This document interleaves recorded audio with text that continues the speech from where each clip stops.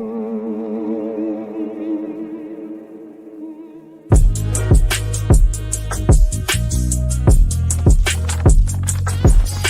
I'm going to say for now, this is an overreaction.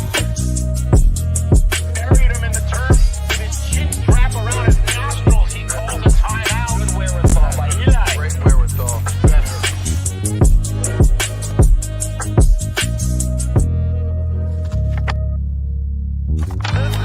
Put this to music. I don't think he stepped out either. That may be the greatest catch I've ever seen.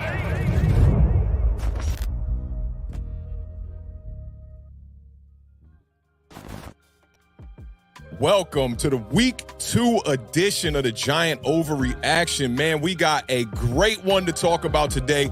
I'm talking one of the greatest comebacks maybe we've ever seen in the history of the league, especially as Giants fans. This one was completely outrageous. We're going to get deep into these numbers here soon, man. Shout out to the gang in the building, man, showing up.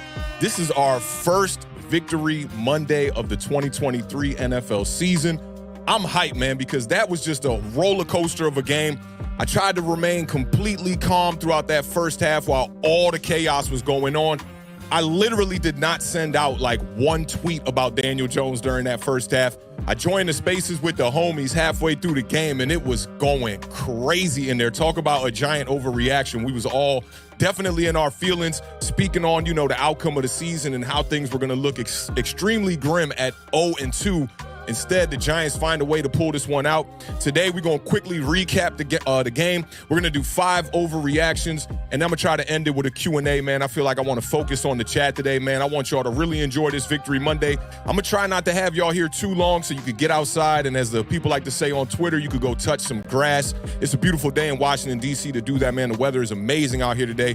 But again, man, shout out to the gang. Shout out to all of y'all that had the stream already open and ready to go before I even popped on. I saw a bunch of y'all waiting, man. So shout out to all of y'all, man, for showing some love. I know that, when you focus in on Giants content and there's losses and big losses like the one that we saw against the Dallas Cowboys in week 1, when you get a victory like this, I know Giants fans wake up just feeling great about themselves. I slept like a baby last night. That's how I tend to do when the Giants get wins like this. And I don't think anybody could have predicted this one, man. This one was just a crazy, wild game. We didn't expect the Cardinals to come out here and put up this kind of fight. I told people, don't sleep on the Cardinals. They are still an NFL caliber football team, and you could say that, hey, maybe the front office and the coaches are tanking over there, but those players came out there to play, and especially Josh Dobbs. I mean, he came out there and he had a great game. Well, I'll say he had a great half because in the second half, these guys could figure nothing out. And James Conner, he put up over 100 yards in that game. But today, we definitely going to be talking about the New York Giants, man. Forget these Cardinals. Shout out to all the fans that was out there at the game, too, because at one point, it felt like a home game towards the end. You started hearing the Giants chants. You started hearing that crowd getting loud on third downs when we were on defense, man. And it just felt great to see that many fans out there traveling to go support. I even saw a license plate guy in the stands. He seems to always get a end zone seat, man. Shout out to him for all the hard work he's doing for the Giants community, especially sharing his wealth and getting tickets for fans who don't get to normally go to games and whatnot. I think that's an amazing thing. But let's get right into this game. Shout out to everybody again in the chat. I see all of y'all. I'm going to try to keep my eyes on everything going on here. I see Crypto Moves in the building, Word in the building, Omega's in the building, David's in the building. My man Doug Analytics is in the building one time too, man. I got a couple of nuggets I got from Doug I'm going to be sharing with y'all today. Heart of a Giant is in the building. My man Chris Peace in the building. The Queen Marjorie is in the building with the Any Given Sunday. I know that's right, man. It was definitely some comeback Willie Beeman vibes here on Sunday. That was amazing to see. Frankie Franchise in the building. We got a bunch of y'all. Simply Shenanigans. Shanna is in the building. How's it going, Shanna? Hope all is well. Cool T in the building. Man, we got Gang in the building. Jeffrey's in the building. Michael Knight is in the building, man. So let's get right to this one, man. I appreciate all of y'all pulling up, rocking with me on this Monday afternoon. We only got a couple of days to celebrate this one, man, and then we're taking off. We're going to San Francisco. We got to take on the 49ers. It's going to be an extremely, extremely difficult game, but it's Victory Monday. It's a celebration, bitches. We definitely going to celebrate today. So let's get right to it.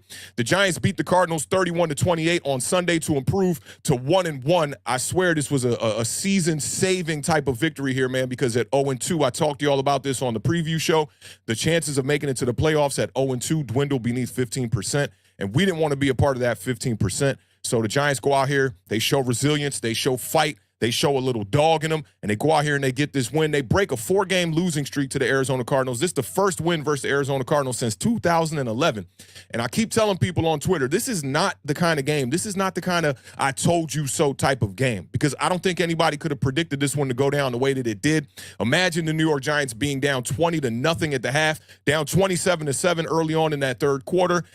I was just extremely dead silent watching this game. My girl came down after the game and she was like, I didn't hear anything, like your normal screaming, your normal shenanigans. Shout out to Shanna in the building one time. It's just because, I didn't want to get too reeled in the second half, and I also didn't want to feel too down about this loss. And I was contemplating also, if we lose this game, where do we go from here? Is this really the landscape of the New York Giants and how this team that we spent all off season, giving Joe Shane his kudos about building this squad, bringing in the right players, getting the draft capital, bringing in and drafting the right players, getting these steals in the draft, me telling y'all to not at me that Jalen Hyatt is going to be a wide receiver 1, and then to see us go down 40-0 to the Dallas Cowboys and start this one 20-0. This was the worst start to a season that anybody could imagine. And before you knew it, it was halftime, and the New York Giants were down 20-0. And it was the first time the Giants were shut out in the first 6 quarters of a season since 1934. That's older than my parents, man. That's way, way, way back in the day. The Giants were the first team to allow at least 60 points in a season before scoring any points since the 1978 Baltimore Colts. That's the year my brother was born. Shout out to my bro. He's a Cowboys fan, so I'm not going to shout him out too much. It's Giants today, but big win for the Cowboys nonetheless.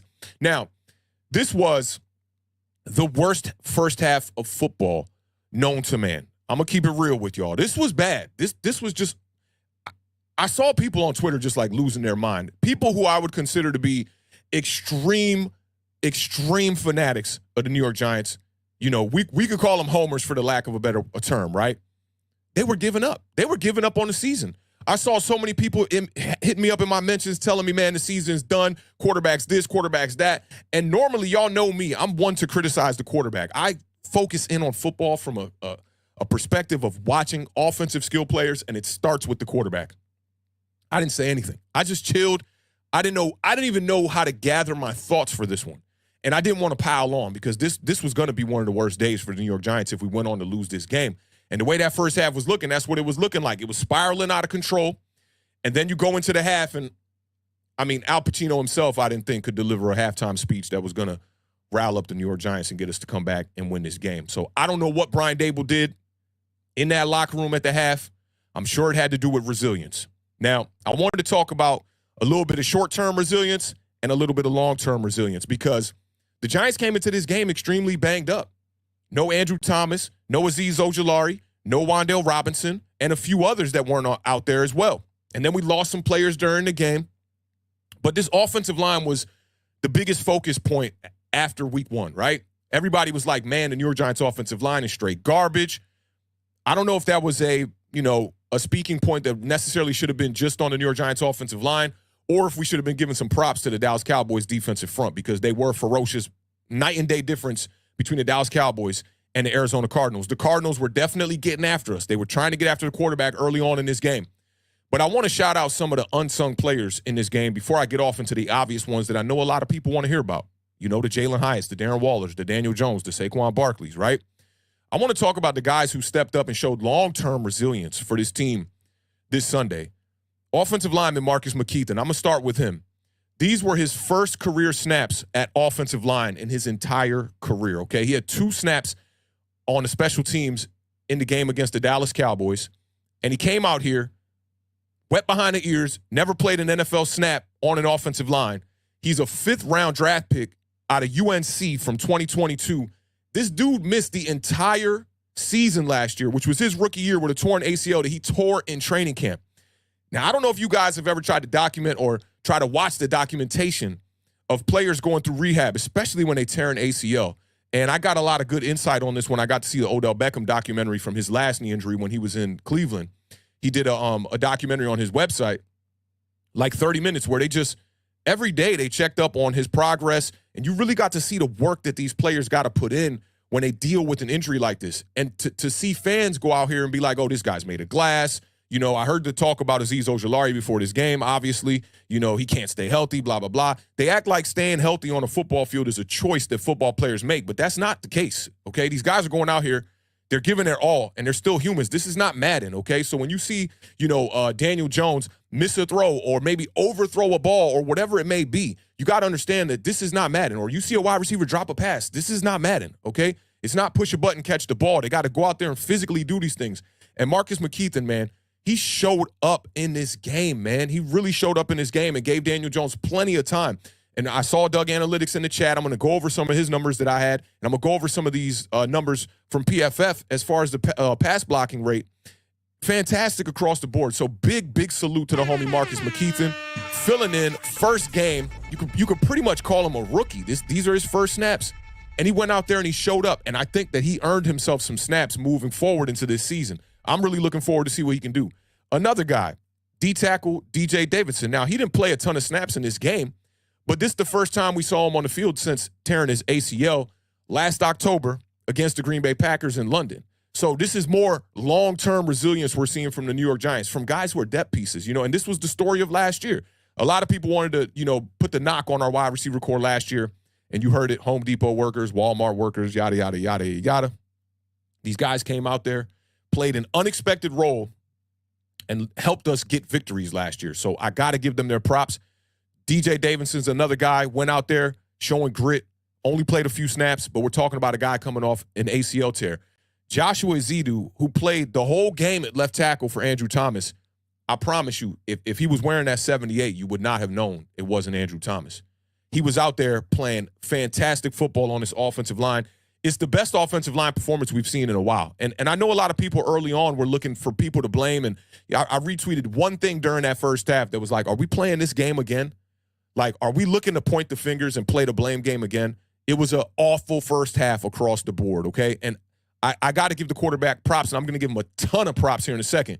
But I felt like he was the one thing that kind of glued the team a little bit together when everything was going wrong. He was not playing a terrible game.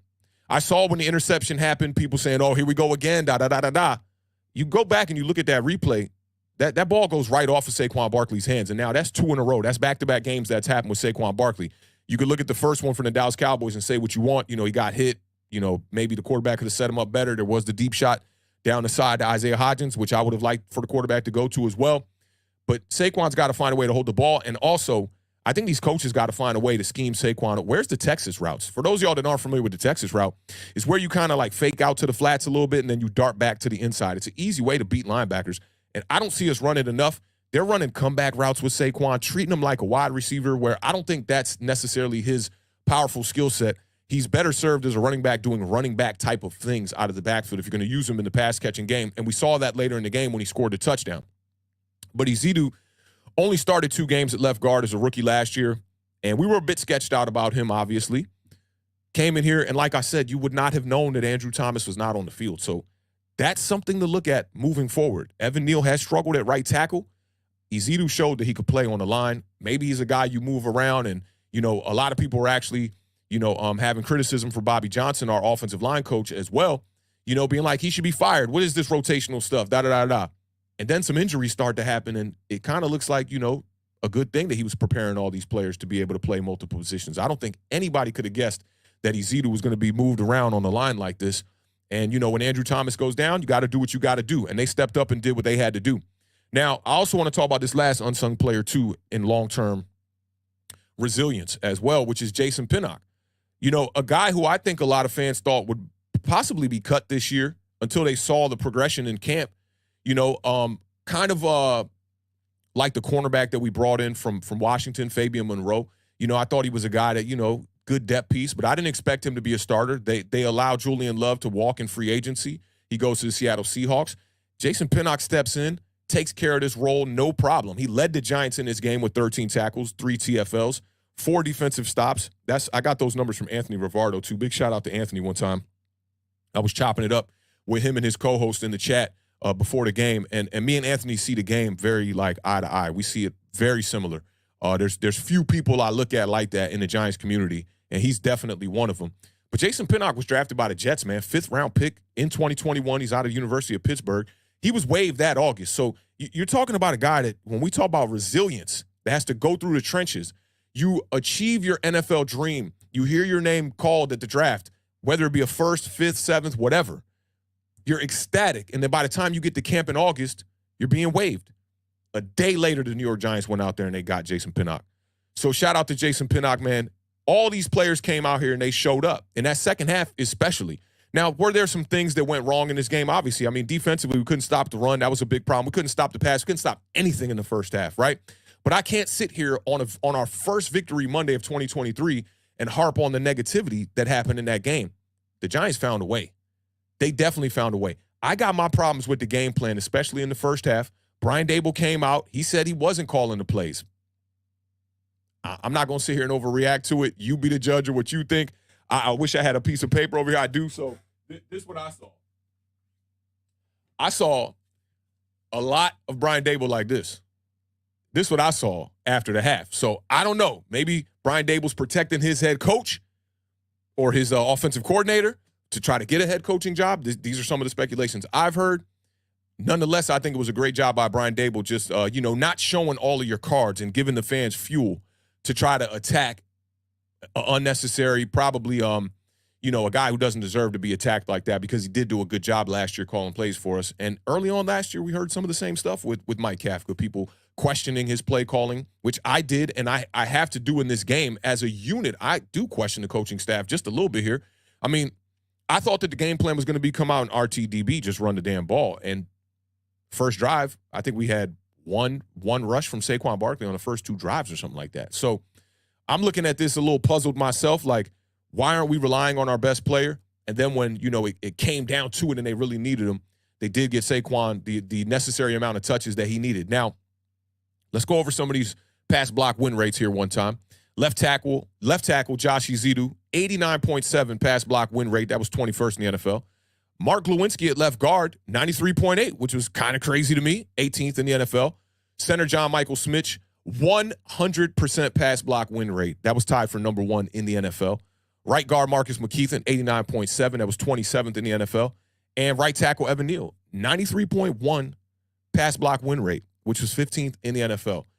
Just a fantastic job by our front. And the criticism was warranted, obviously, but they went out there and they handled business today. And you got to love to see this team correcting its mistakes, its largest mistakes, because the offensive line was, bar none, looking like the worst unit exiting that Dallas Cowboys game. So big kudos to those guys.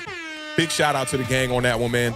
I'm excited to see that. I know it was against the Arizona Cardinals, but that's not going to make me be like, oh, man, let's put an asterisk next to this one, because they played great ball. That's what matters most. The offensive line was probably the best unit of the day outside of the quarterback room, which Daniel Jones did a fantastic job, and we're going to definitely get to that. But I just got to send that big major shout out to these depth piece offensive linemen. Never thought that they were going to be the unit that was going to step up in this game. Now, let's go over some of these statistics from some of these players here that I want to talk about here, because we've been waiting for this passing attack to open up for a while now. And in the offseason, we saw things in camp that, led us to think that, hey, we're going to be able to stretch the field this year. And finally to see that in the second half of this game, I thought that was really amazing. I'm going to start with this guy right here, man. Jalen Hyatt, man. This dude, the 2 receptions might seem like not much, but when you're averaging 44.5 yards per reception, this dude right here, man, he came out and literally on that first drive of the second half, it all started with him. It sparked from Jalen Hyatt's big play. Now, when he got interviewed after the game, he said that when they broke the huddle, he looked at Daniel Jones and pretty much just said, like, yo, trust it, man. Throw that thing up. I'm going to go get it for you. And I think his second reception of the day was very indicative of a wide receiver who can definitely catch the 50-50 pass. When I played ball, and even when I still play ball these days in two-hand touch leagues and flag football leagues, that's one thing I think that you could count on me for is I'm not going to let my quarterback just be out there throwing interceptions. You could underthrow a ball, whatever. I'm not going to just let a defender go up underneath and just snag the ball. Jalen Hyatt went up there, man, high-pointed that pass. Those are the type of things we've been wanting to see out of our wide receiver core for a while. Like, with our wide receiver core, and it's not a knock on them, we just don't get those surprise plays where you just like, whoa, didn't expect that. Did not expect to catch like that. And Darius Slayton almost had one on the opposite sideline too, man. I mean, he was out of bounds, but them over-the-shoulder catches are very difficult. And Jalen Hyatt out there just making it look easy. When I saw the ball go in the air, and finally you got to see the matchup kind of down in the secondary it was a one-on-one matchup. And I thought that the defender had position. I'm just like, oh, this is probably going to be an incomplete pass. I saw Jalen Hyatt was definitely in position to at least make a play on the ball. But it looked like it was well covered. It looked like it would be a good play on the ball by the defender. And Jalen just rises up, man. This kid, they got to find a way to get this kid more snaps, man. This was the longest reception. The 58-yarder that he had was the longest reception by a Giants rookie wide receiver since guess who? You can maybe see his jersey way back there. Odell Beckham. He had a 63-yarder his rookie year. And Jalen Hyatt, I just think we got to find a way to get him more snaps, get him on the field more, utilize that speed. I like Isaiah Hodgins, who also had a really good game. I'm not going to highlight his stats today, but he did have 4 receptions, and he had the touchdown on a little post route in a tight window throw from Daniel Jones. I mean, that thing was beautiful right there. Got to love those kind of plays. But Isaiah Hodgins reminds me more of like a traditional wide receiver, right? He nothing spectacular from him. The fundamentals are great from Isaiah Hodgins, though, and he's very reliable. But I think we need to find ways to get Darius Slayton and Jalen Hyatt both on the field at the same time, because to me that makes that'll give a major threat for safeties, especially if you're going too high. And then think about what that can do opening up the middle of the field for guys like Darren Waller and Wan'Dale Robinson when we get him back healthy. So big shout out to my man Jalen Hyatt, man. If you haven't seen the first short video that I did this year, where I talked about my questions coming into the year, this was a post-draft video that I did, only about 2 minutes long. I told people, man, Jalen Hyatt has the type of skill set to be a wide receiver 1 in this league. I don't know how long that's going to take, but he has the skill set to do it. And I told people, don't at me, don't go all crazy when I'm talking about a 3rd-round draft pick rookie coming in here being a wide receiver 1. But this dude can open up the field for everybody else. And the way that he's used as a decoy in this offense is overlooked, I feel like, as well. But Jalen Hyatt, look for this more. Look for this more out of the New York Giants offense. And in return, it'll open up stuff for the next guy I want to talk about, which is Darren Waller, man. Darren Waller was consistent throughout this whole game. I know a lot of people talked about that first, I can't call it a drop. You see, I can't find my words because it was not a drop in the first half. It's a tight window throw. He gets a big hit, big shot on him, doesn't come up with the ball. I'm not tripping off that. 6 receptions on a day on 8 targets. This is why we paid this guy to come over here and be a New York Giant, to be Daniel Jones' security blanket, to be his number 1 weapon. He puts up 76 yards after a game against the Dallas Cowboys where he only had 3 receptions. He comes out here and shows you why he is considered a top 3 tight end in this league when he is healthy. Now, that's the question. He just got to stay healthy. But love what I saw out of Darren Waller in this game. We got to pile up on this and stack these kind of performances. Same thing goes for the quarterback as well. You got to stack these kind of performances, right? Because it's all about consistency. And that's the one thing that we can look at this game and say there was not much consistency unless you look at it from a micro perspective and you look at the second half. Yeah, there was some consistency there, but from quarter to quarter to quarter, there was about 3 quarters of bad football by the defense and 2 quarters of awful football from the offense. And we're just looking for consistency. Darren Waller, I think, is going to bring that. He's going to help Daniel Jones be able to bring that as well. And with this trio, with Daniel Jones, Darren Waller, and Jalen Hyatt, we should expect big things. I think that the game plan kind of started to get away from them in the first half. Things aren't working for them. Brian Dable and Mike Kafka are steadily going for this pass attack. They don't want to rely heavily on the run early on in these games. That is what it is. So we're going to have to try to find ways throwing the ball. It starts up front with the offensive line in the trenches, being able to give Daniel Jones time. Daniel Jones is like a night and day type of quarterback when you give him time and when he's under duress.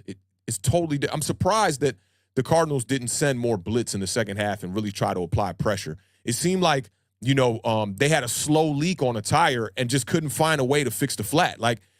The Giants could do whatever they wanted. And as long as we stopped them on defense in that second half, I felt confident about the offense. After about 2 drives, once you cut the score to 28-14, I'm like, man, this offense cannot be stopped. And until the Cardinals show me anything, I'm going to expect the New York Giants to drive down here and score on every drive. Now, the announcers were saying some really good stuff during the game. They were saying you have to be able to maximize these drives, and you as a defense, you have to find a way to force these 3 and outs, because the quicker you get them off the field, the better this is going to be for this offense, because you're not going to get all these chances here. The amount of drives per game that you're going to get are going to start to dwindle, and it don't matter what you're doing on offense. If you don't get the right amount of attempts to be able to go down here and score touchdowns, you're going to run out of time on that clock. And it just seemed perfect in the second half. It really just seemed perfect in the second half, and I couldn't ask for more. Now, Saquon Barkley in the first half really didn't get going, and to me, looked a little bit uninterested.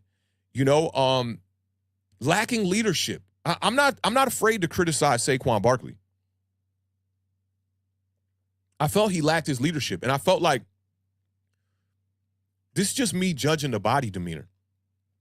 Like, I saw a guy that was like being spiteful a little bit, like this team doesn't care about me. They didn't give me the right deal. They didn't invest in me long term. I've been here through the trenches, through this whole BS nonsense with a bad GM, bad coaching, 2 bad coaching staffs. Saquon's been through it all, been through the ringery. So I understand emotions can get involved. And people think that this is all about money. It's not just all about money. It's about utilization as well. And his role. Saquon Barkley wants to be the guy. I get it. And he is the guy, really. He really is. I think that this offense should be ran through Saquon Barkley for the most part. That's what I think. It'll open up things for Daniel Jones. And thank God in the second half, the Cardinals still looked at Saquon Barkley as a threat. Even when he wasn't getting the ball, they looked at him as a threat. So when we did play action, for some miraculous reason, I don't know why it wasn't working in the first half, it opened up in the second half. So I cannot wait to see the All-22 film because I want to see what the Cardinals were doing on the back end of this defense, if anything changed. I talked about John Gannon maybe having an advantage against the New York Giants, being that he was with the Philadelphia Eagles, right? Played against us a bunch of times, dominated us a bunch of times. So I thought he was going to know the keys to try to be able to stop Daniel Jones and Saquon Barkley. In the second half, it looked like they swapped coaches or something. It was amazing to see because they could not stop the leaking faucet. They literally could not stop the leaking faucet. And I don't know if y'all remember, I made a metaphor comparison to a toilet when you have a bad flapper. I literally made that comparison the other day, and that's what the Arizona Cardinals defense looked like. Like, they didn't know where the water was leaking from. They could not figure it out. Now, these numbers, I got to give the coaching staff their props because they got over the number that I wanted. I said 16. Get them over 16, right? They got them to 17. It's like they were listening to me and they were just like, all right, Awthentik, we'll please you just a little bit here. We'll get you that 17. But it didn't feel like they committed to the run, especially early on. And then when you get down by that many points, you're down by 20 at the half, down 21 points in the third quarter. It's very difficult to commit to the run at that time. So when you go to the pass during that, I'm not like looking at it like, why aren't y'all running the ball? I'm just sitting there just waiting on a miracle. I'm waiting to just string together a couple of plays, get on this scoreboard, try to cut this to a 2-score lead, and then maybe we could get back in this game. Things started happening so fast for the New York Giants, man. And then late in the game, they relied on Saquon Barkley. I saw the first run of the year for me that looked like the old Saquon Barkley. And I believe it was late in the fourth quarter. Got pinned up at the line a little bit, did a little back spin. You thought he was only going to get like 2 yards. He burst around that left corner, picked up a good first down there. Those are the kind of runs that we should expect to see from Saquon Barkley. Reminds me of the run against the Jacksonville Jaguars last year where he's just weaving and maneuvering through traffic, finding a way. That's the Saquon Barkley that we drafted with the number 2 overall pick in 2018. That's the guy. And I'm okay with these stats. He didn't get to that 70 yards that I like to, to eclipse as far as our running game goes. 3.7 yards per carry, not that great, but you can win games like that. He had 1 touchdown on the ground, and he had the great touchdown reception where he squeezed it in, put the ball over the pylon. I was a little worried, with the way things went last week in the NFL with reaching the ball over the pylon and maybe getting a touchback. I know all of y'all were worried about that. They go look at the replay. And it was a touchdown for the New York Giants. Really got us back in this game. Giants go tie that game up. And I'm ecstatic, and I'm still sitting there like, don't get too reeled in. You never know what could happen here. I don't want to, like, fill the balloon with all this air and then watch it deflate. I waited till that game was over to celebrate, and it was a beautiful one. It was a beautiful one. I was extremely happy for this win because it saved our season in a way of trajectory. You go 0-2, man, going into San Fran, that you ain't got a chance. And I think that with this victory, the Giants got a chance. They definitely got a chance on Thursday night. I'm not saying they have a large chance, right, because we know the 49ers are a great team, and they can run that damn ball. They can definitely run that damn ball, and that's probably one of our biggest weaknesses coming out of this game is that we can't stop the run. That's definitely, and we also can't get after the quarterback. It's been a struggle to get after the quarterback. But these guys on offense, these new weapons and our existing weapons, when we talk about Saquon Barkley, they showed up in this game. This is why fans thought that we were going to bring Darren Waller here. This is what fans expect from Saquon Barkley. Stretching the field is exactly not only what fans expect from Jalen Hyatt, but this is what the whole league thinks that Jalen Hyatt is. And he's wearing that 13 on his back. He chose that. And with that 13, obviously, is going to come some pressure. But I'll tell you what, when it comes to Jalen Hyatt, I'm not going to be comparing him to Odell Beckham Jr. too much. They're different wide receivers. I think Jalen Hyatt, like a lot of people were saying in the offseason, I definitely wasn't the first one to get to this. He's going to be more of a Deshaun Jackson type of vibe. He's peeling the top off of these secondaries one time, and the speed is undeniable. Now that you can build that trust, Daniel Jones knows he can throw a ball up in a big game to Jalen Hyatt and know that it's not going to come down and be an interception. I think you're going to see a little bit more of a risky, take chances type of quarterback from Daniel Jones. And before I get off into talking about Daniel Jones, I want to talk about this statement that I think kind of sums up what happened in this game. And I'm a big fan of this song. You know, Jay-Z put out a song called The Evils, right? And it's kind of like a play off The Necessary Evils. And I think that this game shows a lot about that. This game against the Cardinals, a lot of this, to me, for this season, it represents the necessary evils that the Giants had to go through, especially Daniel Jones. Even me last week, I questioned, where were the dogs on this team? Where are the dogs on this team? Who's going to stand up and fight for this team? And I think when you're in a fight that you're completely outmatched, sometimes that's when you really get to see the resilience from a player, when you really getting punched in the mouth, right? And you now have to resort to desperation, you know, because this game was, the season was on the line.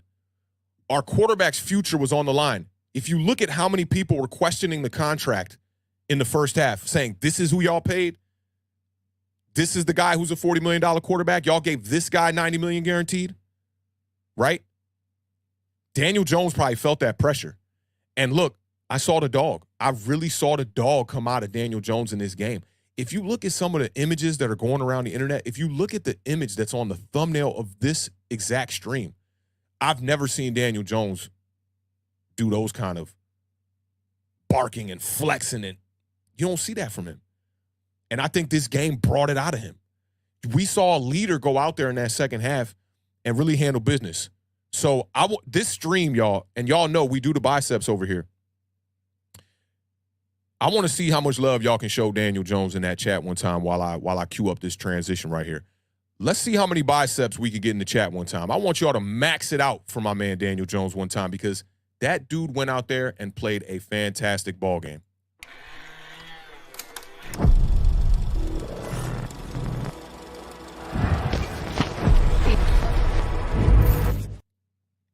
All right, now, I'm gonna peek in on y'all one time. Let me peek in on the chat and see how these biceps looking one time before I get to talking about these numbers, these incredible numbers. That I see y'all, man. My gang is in the damn building.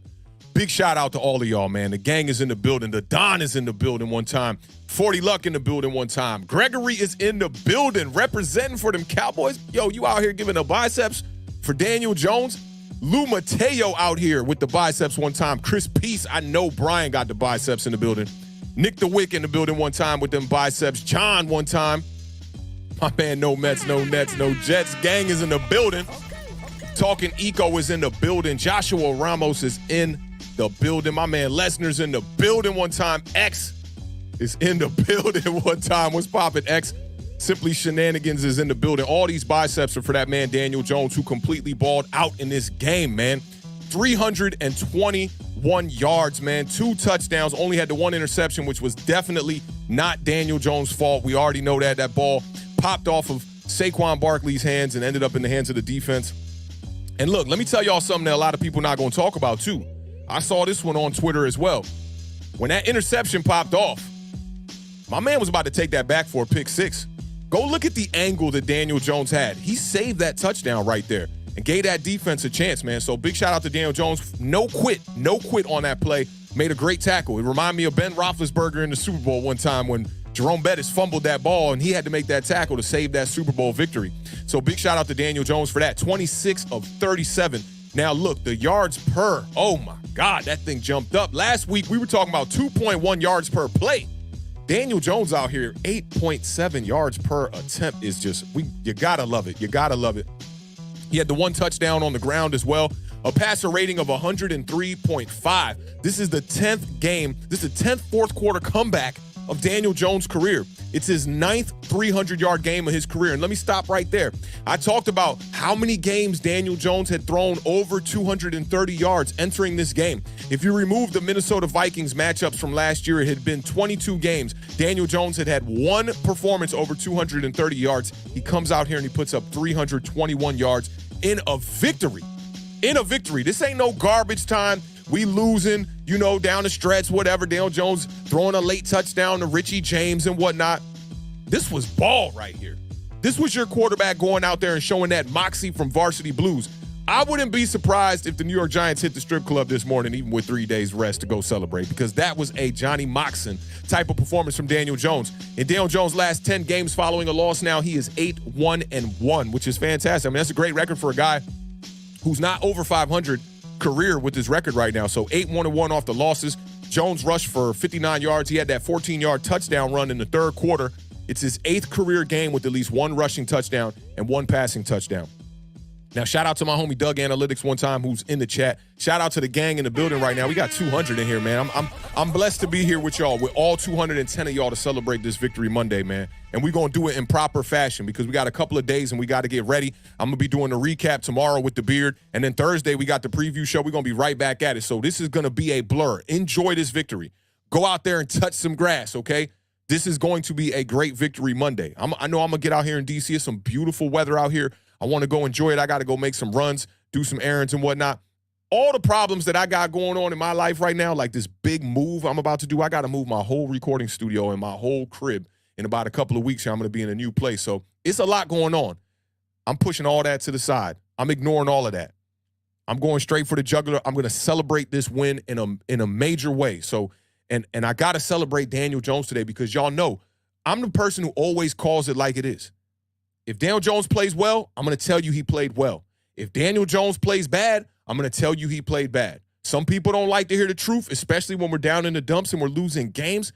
But this is why I mess with y'all, because y'all are here whether we lose or whether we win. And y'all know I'm going to be here whether we lose or whether we win. I ain't going nowhere. I'm going to always show up. I'm going to always tell y'all what it is from my perspective. And perspective is a MF for sure, because we know people can have different perspectives on things and it can skew different opinions and all that. But at the end of the day, we all got opinions. They're all as valuable as the next man, right? I know it's some crazy stuff that people say sometimes. I know that. Every now and again, I can be that person. My co-host, The Beard, I know he's in the chat. He be saying some crazy stuff too, right? But it is what it is. We got to respect our opinions. And I think today not the day to wake up and go attacking any Giants fans saying, I told you this, man. I told you this. It's one game. We won the game. It was a great performance by a quarterback in the second half. We got to show him his love. We got to give him his kudos. We got to give him his flowers. That's what we should be doing.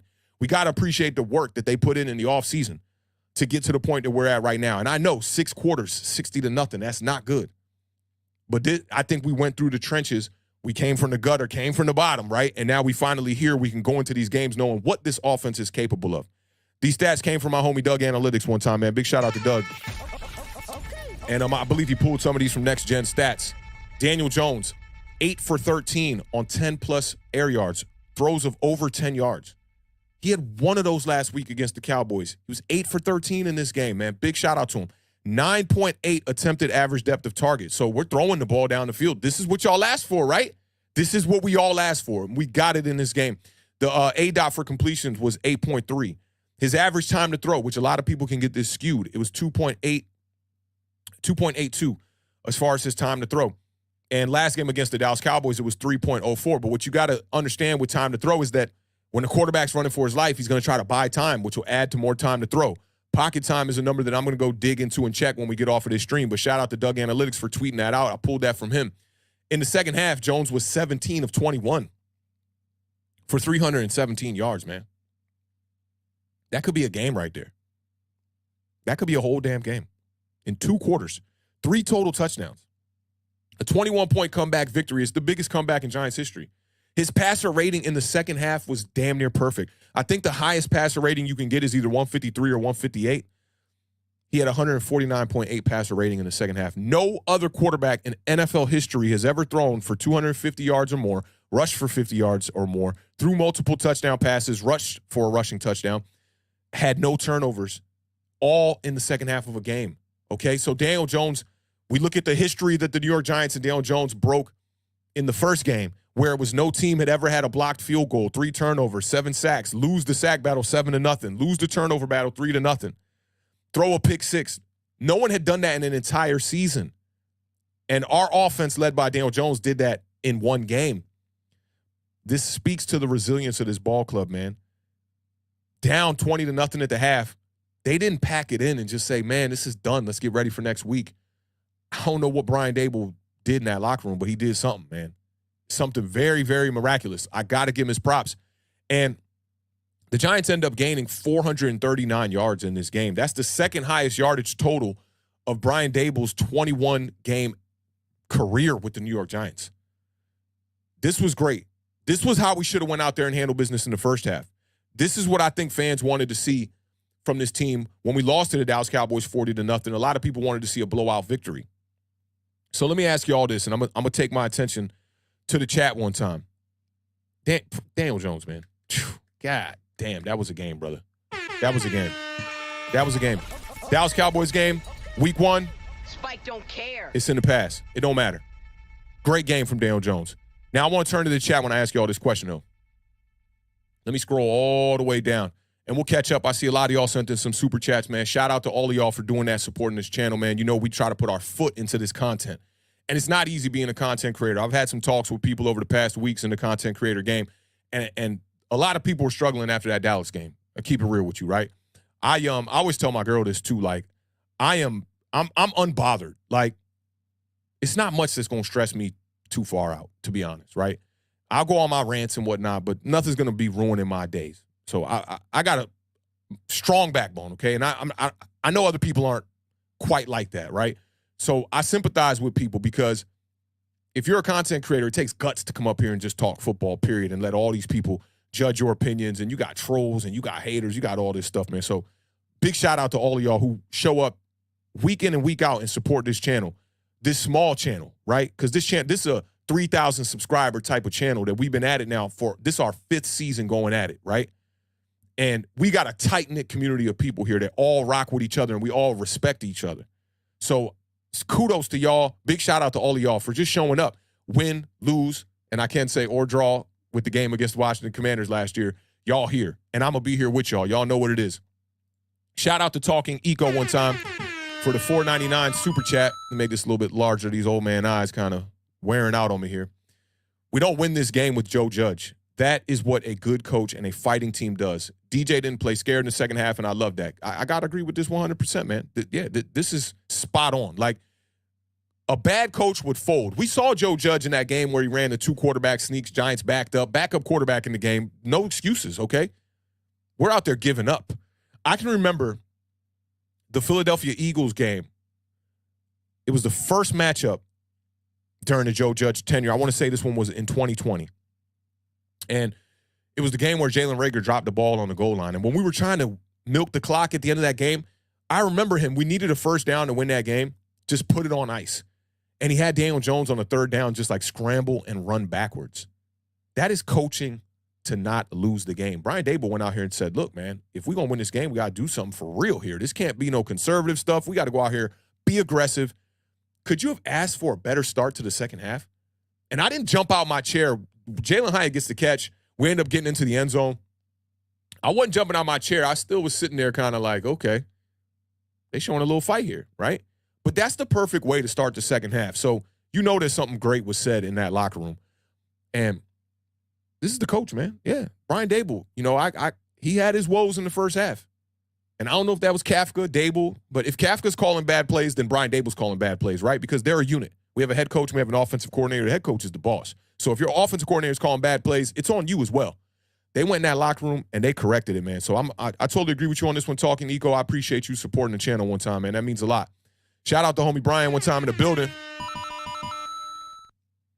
Brian said, awesome second half. Look into the eyes, Chico. That's a play on one of the things I said last year when I brought up, I have a Daniel Jones fat head over there. Just Daniel Jones big face about this big. And I brought it up and I was like, this our franchise quarterback, y'all? Look into the eyes, Chico. Shout out to Brian, man. I know he's ecstatic about this one. Duke alumni, big Daniel Jones fan, man. The boy showed up. Boy showed out. You know me. I'm going to call it like I see it, Brian. That boy played a hell of a second half. You're hoping that he can take some of that into the first half of this game on Thursday, build on this momentum, man. I don't think this is just a check off a dub for the San Francisco 49ers. If the Giants can get stride, then we got a chance in this game. But shout out to Brian, man. Thank you for supporting the channel, Brian. That means a lot. Shout out to homie Zach G in the building one time. Always showing love over here. And Zach G says, Gannon does not adjust. Look at the Super Bowl 57. That's a bar right there. That's a bar right there. I ain't seen this on Twitter yet. And I didn't even think about this when I talked about the matchup. John Gannon going up against Brian Dable and Mike Kafka and his experience, all I could think about was the blowouts, the divisional game and the first matchup from 2022 season. This is a great point. All the Philadelphia Eagles fans that I know, they were not pissed off that John Gannon, parted ways and became the head coach of the Arizona Cardinals. Now, I will say John Gannon, I give him his credit for fighting and taking a team that looks like they're supposed to be tanking, and they came out there in that first half, and they was balling out, man. Like, Joshua Dobbs was more accurate. He surprised me. He was great on the run. He made a throw on the run to his right side that not a lot of quarterbacks in this league can make, man. He was rolling right, almost about to fall out of bounds. Kind of reminded me of like some Joe Burrow type vibes. Stepped off the 1 foot, planted almost like RG3 when he broke his ankle a little bit, jump throwing kind of, and just a dart on the sideline. Kid played good. And I'm going to be rooting for Dobbs moving forward. He's getting an opportunity here on a team that doesn't seem to want to commit to any quarterback to try to, salvage their season, and probably is going to end up drafting high in the draft next season. But Joshua Dobbs out there, man, he played some good ball. And when I used to see him in preseason, with the Pittsburgh Steelers, I was like, that kid's got some, he's got some talent over there. But in the Super Bowl, this was one of the big knocks, man, that they didn't adjust in the second half, and Andy Reid did adjust in the second half, and that cost the Philadelphia Eagles a Super Bowl victory. I know no Giants fans are upset about that, but that's a fantastic point, Zach. I got to give you your props on that, man. That's major right there. And I appreciate you supporting the channel, bro, and supporting the channel and bringing up some nuggets like that. It's just amazing. Shout out my homie, man. We've been chopping it up a lot on Twitter. Independent Outsider in the building one time. He says, after these first two games, the average halftime score for G is 23-0 deficit. Giants cannot get blown out in the first half for San Francisco. They'll run McCaffrey. Yeah, that's a good point, too. We got to get off the faster starts, obviously. I mean, that's been the story of the New York Giants for about the past 5 to 6 years, is maybe even the past decade. Just slow starts, within the season and within games. You go out there against the Dallas Cowboys. Dallas Cowboys won that game pretty much in the first half. The Cardinals did enough to almost win this game in the first half, but love what I saw out of Brian Dable and his coaching staff to get them all riled up and go out there and play ball. The defense played so bad in the first half, and to see them actually making stops in the second half, getting the most necessary 3 and out that we needed to get the ball back in Dale Jones' hands and this offense hands to go out there and win this game, it's just a great thing. But you make a good point here. They got to go out there, show some resilience, and have some urgency. Early on, you got to have some urgency. Just get out there, put some points on the board. I want to see the New York Giants go out there against the San Francisco 49ers and put up some points on the board on the first drive. So I'll be looking for it. Big shout out, Independent Outsider, man. Loving the talks we've been having on Twitter, man. Big shout out to you, man. And I appreciate you supporting the channel with that $5 super chat. Shout out to Simeon one time in the building. Gang is in the building. He said Dable taking over play calling in the second half saved the day. That's what it looked like. And Brian Dable came out in the press conference and said, yeah, I didn't call plays and whatnot, but I mean, I think every fan knows, what he was trying to do there. Protect his coach. And I like that, man. That shows that he cares about these guys, and he's not just going to throw somebody under the bus, because it's got to be frustrating for you as the head coach to see your offensive coordinator go out there and struggle like that, and most people want to point fingers and stuff like that. Brian Dable is taking accountability, man. And I respect people with a great deal who take accountability, because in this world, most people don't take accountability. Most people want to point the fingers and blame it on everything else. And Brian Dable's out there taking accountability for the New York Giants. So big shout out to him. Big shout out to Simeon, too, for supporting the channel. Shout out my guy, Crypto Moves, man, with the 420 super chat. You already know we're going to smoke some Cardinals pack. This is the first pack we get to smoke this whole year. So we definitely going to be blazing on some Cardinals pack. We're going to roll up a big one after this stream, man. Big shout out to Crypto Moves. He says lots to work on, but let's smoke that Cardinals pack. I'm right there with you, man. Thank you for supporting the channel, my guy. And shout out to the homie John one time with the $10 super chat. John been rocking with us for a minute, man. And John's a big Dale Jones supporter, man. And I respect John a lot, because we have different opinions on a lot of stuff, man. But we definitely see eye to eye on where the New York Giants need to go. Big shout out to John one time. He says, want to give mad love to our offensive line, DJ and Barkley. But, yo, what's good with our defense? Horrible tackling all around. Kayvon needs help. The line Simmons next to him on the outside, and let the left tackle choose between the two. yeah, I mean, we're not getting pressure after the quarterback. A lot of people have spoke on, Wink Martindale type of defenses, traditionally not having guys who have double-digit sacks on the season. I don't know if y'all remember this, but Carl Banks said that Azeez Ojulari was going to have 15 sacks this year. I thought it was a crazy statement to say, especially considering the health, the injury situations that Azeez Ojulari has had. With Kayvon Thibodeau, I thought that he played a decent game against the Dallas Cowboys in the limited snaps that the defense was on the field. And this one, relatively not there. I'm not going to panic. I want to see what he does in these next games.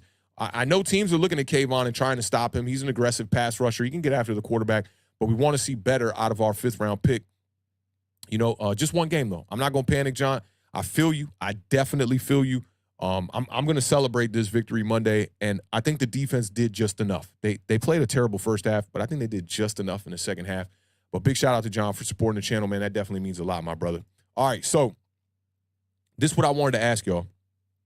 Let me take a look at the chat too one time here, man.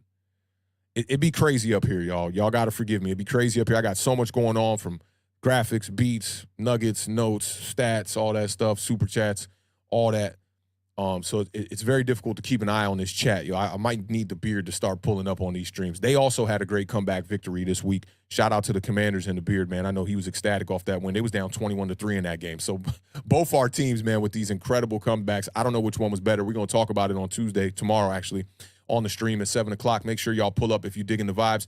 And if you're here and you digging the vibes and you new, man, welcome to the family. Hit that subscribe button if you want to, join us for our streams that we do 4 days a week. We release content during the week as well. We're working over here, man. I don't work for the New York Giants, but I put in work for the New York Giants. That's for damn sure. But big shout out to y'all. Yeah, I see the beard in the chat. He said I'm here. I'm just keeping an eye on this, I want to keep y'all to about a good hour and a half today. We already 50 minutes in. I got 5 Giant overreactions to go over. But this is the question I want to ask y'all, and I'm going to keep my eye on the chat when I ask y'all this. What do y'all think Brian Daboll said at halftime? What do y'all think he said to this team to get them to go to this direction and be able to come back from down 20-0, down 28-7 in this game? What do y'all think he said? What kind of talk do you think he gave?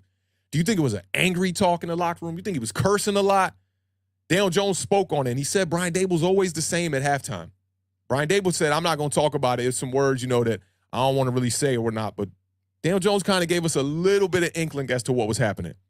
What do y'all think, Brian Daboll? What do y'all think the tone was? What do you think the temperature was? You think it was hot? You think it was a lot of God, you think it was a lot of that? What you think? Let me know what y'all think.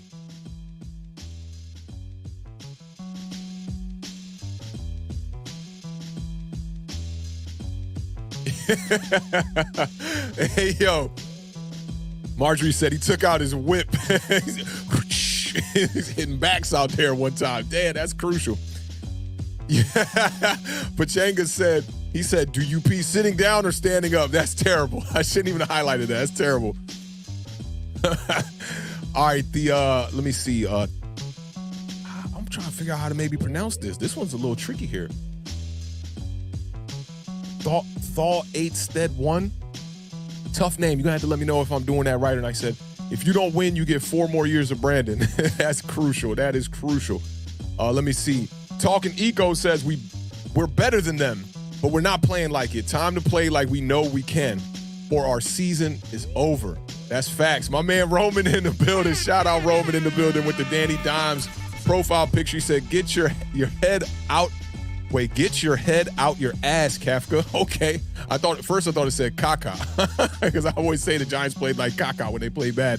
That's a fact. He was probably definitely talking, to Kafka out there one time. Like, hey, bro, get it together. Get it together. Zach G says, I think it was tough love. I'm with you on that. Shout out Jersey Life 86 in the building, man. What's going on, fam? Hope all is well. Cardinal defense played like dogs last week and this week, and Daniel still played like a champion. He did, man, without his left tackle, missing a guard, another guard goes down in this game. That's what you want to see out of Daniel Jones, man. He stacked together 2 performances like this. I'm going to be losing my mind over here, man, because y'all know me. I've been asking for consistency from Daniel for a while, and this was a big game. This was a big, big game. Evans in the building one time. Evan said he was mad but still believes in his players. I think it was a bit of that, too, a bit of balance. You know what I'm saying?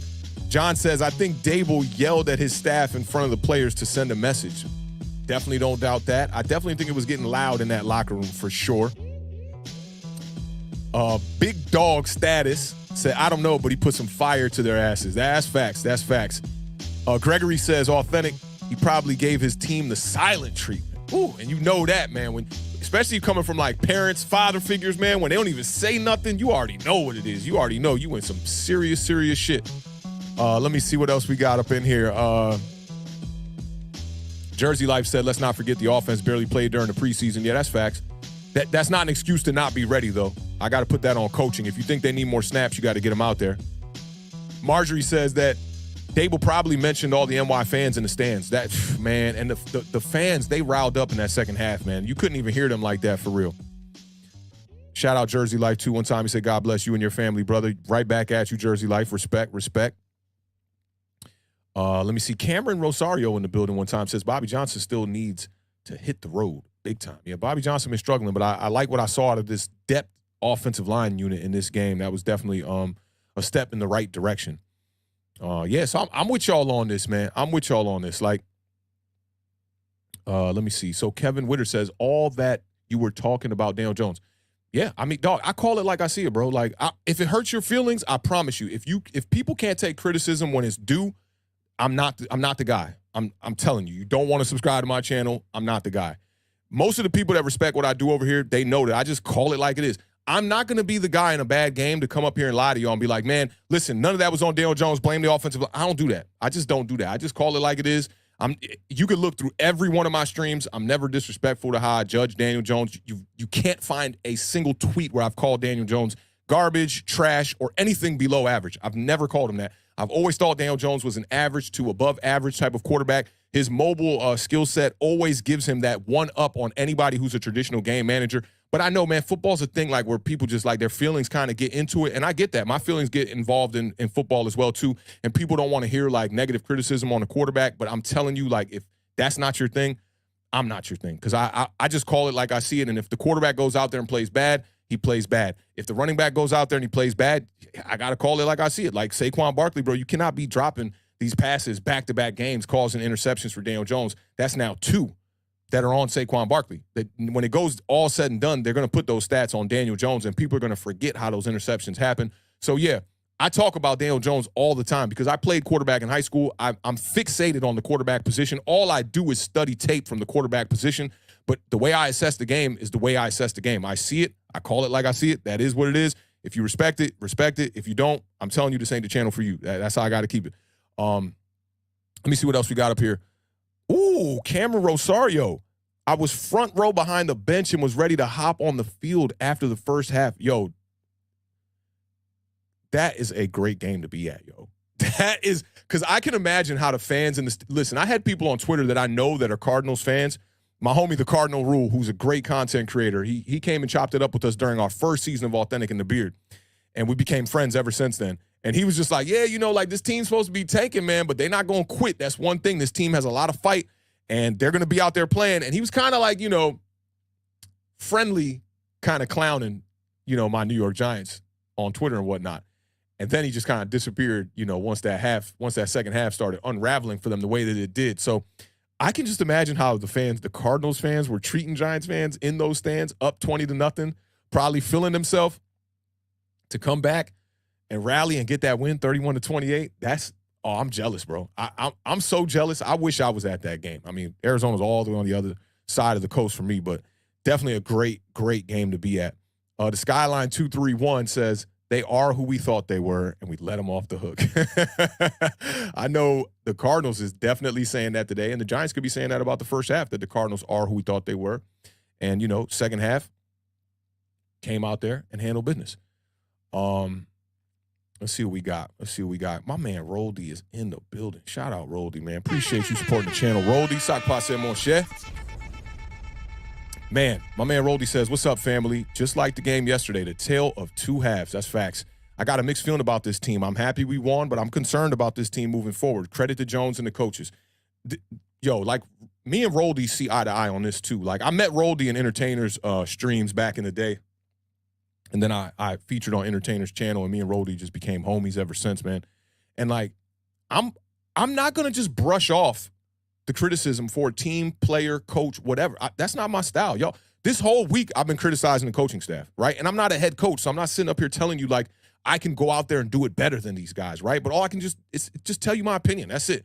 Like, why aren't we running the ball? Why are we neglecting Saquon Barkley, one of our best weapons on the field? You can't get the time up front for Daniel Jones. Why are we trying to commit to throwing the ball deep down the field? In this game, offensive line went out there and they showed up, and they gave Daniel Jones the time to be able to throw the ball down the field. I'm concerned, Roldy. I am, because this was the Arizona Cardinals, right? But moving forward, how much of this are we going to get? Are we going to go up against a defensive front like this all the time? Probably not. I can look at 3 other matchups on the schedule with the Philadelphia Eagles twice, the Dallas Cowboys once. You add the San Francisco 49ers on there. You got a bunch of fronts that we got to go against that are going to be ferocious. I'm worried too, Roldy. I'm definitely worried. It's why I was very resilient during the game, because you just don't want to get too reeled in. And I see, like, a lot of fans are going to run victory laps, this morning. Do it. Do it. You deserve it. Like, if you're one of those guys who are like, no matter what, Daniel Jones play bad, play good, you got faith in him all the way through and through, and you're like, yo, that's my guy. He's a franchise guy. He's got the skill set to be elite. You should wake up today and go run your victory laps. You really should, right? Put it in the faces of everybody. Giants fans, Cardinals fans, Cowboys, Eagles, Commanders fans in the division. Do it, because this is your day to do it. And then we got to get ready for another game. And reality is going to settle in when we go there, right? We got to play against a great San Francisco 49ers team. To me, it's going to be another great litmus test to see where the New York Giants stand. But I'm with you. I credit them. Got to give them their props on this one, but I don't feel fantastic about the W, right? Like I told you, when we even kicked the game-winning field goal, I didn't like, oh, jump on. I wasn't celebrating. I was just like, good stuff, man. Good stuff. It was almost like, there's that emoji, that little boy, the tear just like developing in his eye. And that's kind of what it was like. Like, I cannot believe y'all just did that. And y'all had me on a roller coaster. Definitely on the edge of my seat throughout the whole game. I tweeted this out mid-game. I said, man, I'm sitting on my back, because I was literally like slouching in my chair to the point like where I was just like embarrassed for this team. That wasn't New York Giants football in that first half. That was New York Giants football in the second half. And that was modern day New York Giants football in the second half. We slinging the rock. We throwing the rock all over the field, over 300 yards of passing in the second half. So, Roldy, I'm with you, bro. I'm definitely with you. And we're going to see. It's going to be great to see us go up against the 49ers and kind of see where we are now. We got our feet wet. We've now got the bad football out the way, hopefully. And we can go out here and show people the kind of caliber of a team that we really are. So I'm excited, man. I'm excited because just imagine like we just didn't score in that game or something like that. The doom and gloom type of vibe that would have been surrounding the umbrella over the whole New York Giants, everything. It would have been awful, man. Even at the half, I don't know if you got to pop into the spaces, Roldy. It was bad, bro. It was bad. And I was the only person in that whole thing trying to be calm. Like, everybody was just screaming at each other. People were saying, blow it up. Make sure you trade the players before the deadline. Get rid of all the assets that have any value. And I was just like, yo, like, I don't know. I didn't expect much out of this team in this game. I expected us to win. I picked us to win by a couple of points in this game, right? I didn't expect it to be a blowout in the first half, and I didn't expect the New York Giants to come back in the second half. So I just chilled, man, and I was just like, yo, this shit does not get me mad anymore. It really don't. Like, I see some of these content creators when they go up to do their stream after a loss, they're sad. Like, I get it, right? Emotions are riding high, but, like, I don't think fans come to a stream to, like, weep. Like, I don't care what the score was against the Dallas Cowboys. I'm going to pull up. I'm going to rant. You're going to hear frustrations, but you're not going to get a vibe of, like, pure sadness out of me. I'm moving forward, man. I'm going to try to push through this. I can't do much. I can't go out there and get on the field, and if I did, I don't know if y'all saw what happened when they put the towel boy out there for Michigan in the water boy. It would look something like that. So I'm pretty much powerless. I got to sit back and just assess. That's all I can do. And I'm going to assess it with a realistic eye, not too optimistic, not too pessimistic, like we always say over here. I'm going to just give y'all the real that I know. I've been like that my entire life. Anybody that know me, I'm the dude that'll tell you, like, hey, bro, you lacking. You got to step up, bro. This ain't on everybody else why, so-and-so ain't getting done. It's on you. And it's accountability. And the New York Giants, they showed it in this game. They definitely showed it. And I know for fans like me and Roldy that look at it with a critical eye, and there are question marks we have going into this season, to just see them go out there and come back, that's like it's a little bit of a spark. It's like when you trying to light the J and you down to the last light and your lighter running out of butane, and that mug and you get one light and you like fire them up. That's what it was for me. So now I got to see where they, how they do moving forward and whatnot. And I'm extremely looking forward to it, man. It's going to be fun. This season should be fun. It looked like it was going to be a really dark season there for a second there after that first half, but the Giants battle back. And I think that shows a lot. That shows a lot of courage from this team. We'll see how it goes moving forward. Shout out my homie James one time in the building. He says, salute Awthentik Facts over feelings, bro. You always keep it real. I try to, man. Like, yo, I've been saying facts over feelings for 3 years, and we were awful teams, a couple years back. Like, dog, you can't be up here telling me how you feel about faith, about this and about that. You could. I mean, I'm going to just tell you and I'm going to assess it how I see it. That's just what it is. And look, I'm not here to, like, make a bunch of people like me. That's not why I'm up here. I'm up here to just talk about the New York Giants, to leave my track record throughout the year on how I feel about it. And yeah, it's gonna go like this. If the Giants are going like this, it's gonna be like that. That's what it is. People might say, "Hey, you flip flop." One day you say Daniel Jones played great, and one day you say Daniel Jones played like shit. I'm not the one flip flopping. The quarterback and the team is flip flopping. You come out here and be consistent, you're gonna get a consistent, positive, authentic every stream. So I'm always facts over feelings, man. That's what it is every time. And shout out to James for pulling up, man, rocking with me on this Monday. Shout out to all of y'all in the chat. We deep in the building, man. Shout out to the Giants Nation. Y'all know what it is. All right, so let's fly through these. We at the hour mark already. I'm glad I looked up and it said an hour, because sometimes I get to rapping and I look up and it'd be 2 hours already, and can't even get to these reactions, which the show is truly about. I'm just scrolling through, looking at all y'all statements, man. The chat just booming. Shout out to all of y'all, man. I know y'all are very happy, on this Monday after that Giants victory, man. That's just amazing right there. And shout out to Lou Mateo for the super chat one time, $5. He said we also got to shout out our 2 rookie cornerbacks. Last time we had 2 rooks was Will Allen and Peterson, and they got cooked. You don't see a lot of success with rookie cornerbacks, man. And the Giants look like that's one of our strongest units right now, man. So big shout out to Trey Hawkins. Big shout out to Deonte Banks, man. Y'all know I'm a Maryland. I was born in Maryland, went to high school. All my schooling was done in Maryland. I've been on the line of D.C. and Maryland my whole entire life pretty much. And now I live in D.C. I'm actually about to go back to Maryland, it's looking like. And shout out to Deonte Banks, man, and Coach Loxley, man, for getting that young and prepared, man. He came out here. He's balling out. He's playing great football, man. Savvy, high IQ. He's all over the place. It's good to see that. And, you would hope to see Adoree Jackson step it up the same way, too. But these young corners, man, they've been a staple for that defense that has been struggling. But the young corners have been struggling the least. So good point, Lou Mateo. I definitely appreciate that. And big shout out to Zach G one time. He says the NFC East is the best division. 22 was not a fluke. We shall see. I'm still a little skeptical about that because we do have an extremely tough schedule for the NFC East this year, and our stretch is about to come up here. We got 2 tough stretches, and it's this stretch with the San Francisco 49ers, a couple other games against the Seahawks, Jets, Bills, and there's one more tough one in there. Then we get Washington, Week 7. So I'm gonna take the push on this one, Zach. You know how we do over here. I'm gonna take the push over here. But yeah, just the division so far looks really good. Only 1 loss, and it came against 2 teams that played against each other in the division, and that was our loss against the Dallas Cowboys. So yeah, I mean, the NFC East is looking great. I definitely don't think we're nowhere near where we were during those Judge years when the NFC East was considered the NFC least. So shout out to Zach G for supporting the channel one time, man. I appreciate that. Y'all know how I get rapping up here, man. When I'm solo, at least when the beard up here, I can take a little break, man. But damn, it's a lot going on here. So shout out Zeke Anderson one time in the building. He said, yo, beloved, the NFL has tiers and weight classes. I want us to at the least compete when we go above our weight class or tier. Great comeback win. Just don't follow it up. We're getting smacked in San Francisco like last year playoffs. Yeah, man, this is a good point. You don't want to – we could find ourselves in a similar situation, right, where you riding high after the Minnesota Vikings wild card victory, and then you get blown out by the Philadelphia Eagles, and it all just goes like – and you're just like, what the hell just happened? I want to see this team go out here on Thursday and fight. I'm right there with you, man. And I definitely appreciate you supporting the channel, man, with the $20 super chat. That's a hefty donation for us, man. Big shout out to Zeke, who always supports this channel, man. All y'all my day ones, man. Y'all hold me down. And one of these days, we're going to have to get together and make it up to a Giants game and do some kind of celebration, man, because, yeah, y'all been showing me big love on this channel, man. And like I said, we're a small channel, tight-knit unit, and I'm one who's more quality over quantity. And we got a quality fan base over here. If you notice in our chat, you don't see a lot of bullshit in our chat. You see a lot of real shit in our chat.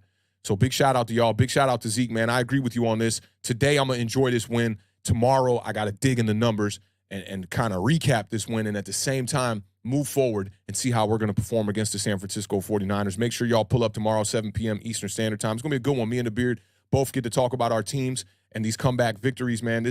That's never happened on Authentic in the Beard, that we come back like that, both teams from 3 scores down. I mean, it's kind of ridiculous. So big shout out to Zeke. Big shout out to all y'all in the chat. I see Monique is in the chat one time. What's going on, Monique? She says, have a good tidbit for you about NFC East being the best division. They literally are the most winningest. I like that word. Winningest division. Yeah, right now, and Super Bowls, man. Y'all know how that go. We definitely got all the chips in this division. Everybody been winning Super Bowls.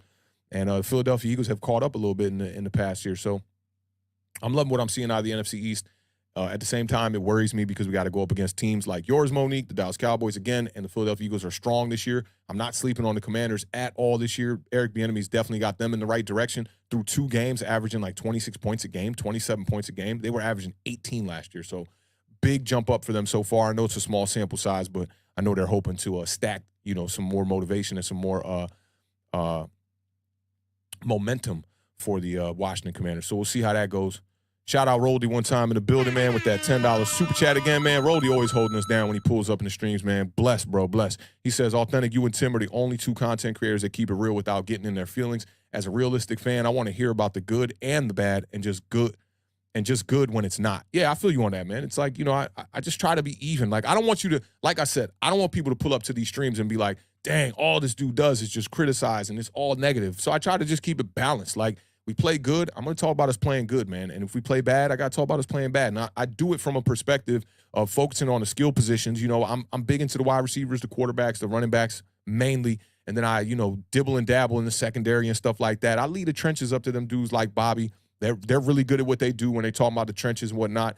And, yeah, I just try to just keep it 100 with y'all, man. And that you and Tim might be a double entendre.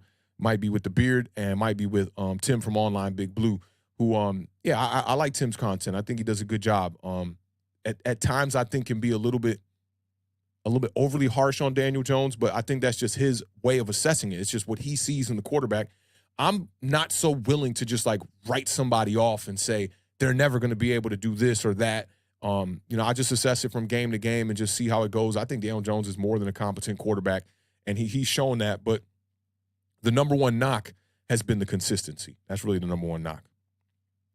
But shout out to Roldy one time, and shout out to homie Chris Peace one time too, man, with the 199 super chat. NFC East 7-1 in 2 weeks of football. That's facts. That kind of leans a little bit towards what Monique was saying about us being the most winningest. I like that word, the most winningest division.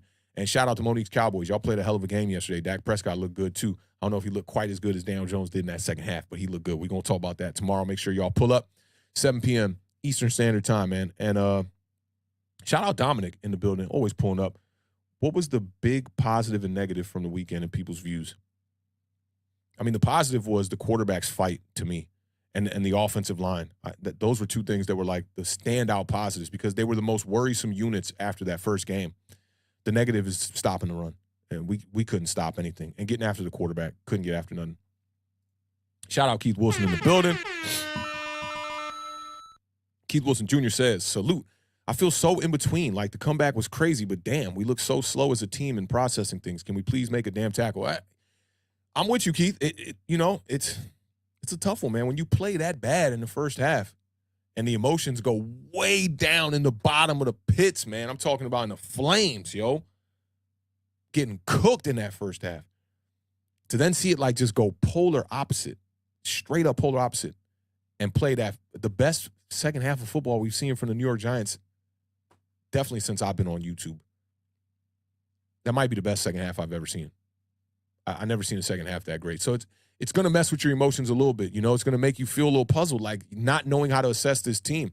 And it's really one of the big reasons why I want to go and check out the All-22 because it looked like Brian Dable found something in that secondary because in the first half, they were kind of trying to exploit the intermediate stuff like 10 yards, I feel like 7 to 10. In the second half, it looked like they were just like, look, there's a gaping hole behind that 7 to 10, maybe 12 to 20. And that's where we started to eat in the second half. So, yeah, I mean, we're going to feel a little weird about it, Fans should feel a little funky about this win because it was like, damn, we looked like straight trash in the first half. And then in the second half, we step up, we ball out. And I'm fortunate that we did that because I think we'll feel better today with the victory, than we would had it have continued on the same, I want to say, downward trajectory, from the first half. But big shout out to Keith Wilson Jr., man. I definitely appreciate the super chat, my brother. You always here rocking with us, man. Win, lose, or draw. So shout out to you, man. Shout out to the gang. I see my man, Mr. Glass Half Full, in the building. I know he was ecstatic about this win, man, on Sunday.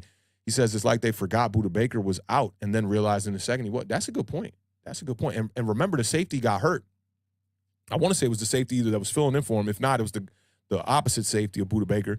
He ended up getting hurt for a little while, and then he came back in the game. And I feel like when he came back, that's when we started to really eat. This is a great point right here, man. I hope you took to Twitter with this one and start talking about that a little more, because that is what it seemed like. It seemed like they literally forgot Budda Baker was out and we're like, we don't got to attack that side of the field and try to stretch the field and get stuff down the field. And then second half, that's exactly what they did. I see the homie Strider in the building too. Strider says, Awthentik and the Beer Plus, I think Dable took over play calling dudes. Yeah, we talked about that. Does that mean that Kafka will no longer call plays? Because Dable won't admit to that even if you ask him. Yeah. I don't know if it'll if Mike Kafka's not calling plays, then, like, what's his role here? I don't think we're going to talk about that. Y'all know I'm going to bring that up in the Giant Overreactions. We're going to talk about it. Hold tight, Strider. We're going to get right to that. I'll make sure I put that in one of the earlier reactions here. Let me just catch up. Okay, we good. All right. So let's go off and talk about this first Giant Overreaction. For those of y'all who are new here, the way we do the Giant Overreaction is like this. I'm going to bring up statements on the screen. If you agree with the statement on the screen and you don't think it's an overreaction, right? Put a U in the chat to represent your vote. That means you're going to be taking the under. If you think that the statement on the screen is indeed an overreaction, you can put an O in the chat to represent that you think that that is a complete overreaction. And if you need a little bit more time, and some of these, I think a lot of y'all are going to need some more time, a couple of more games to figure this out, you can put a P in the chat to represent that you are going to be taking the push. So let's do this, and let's get right off into this first Giant Overreaction.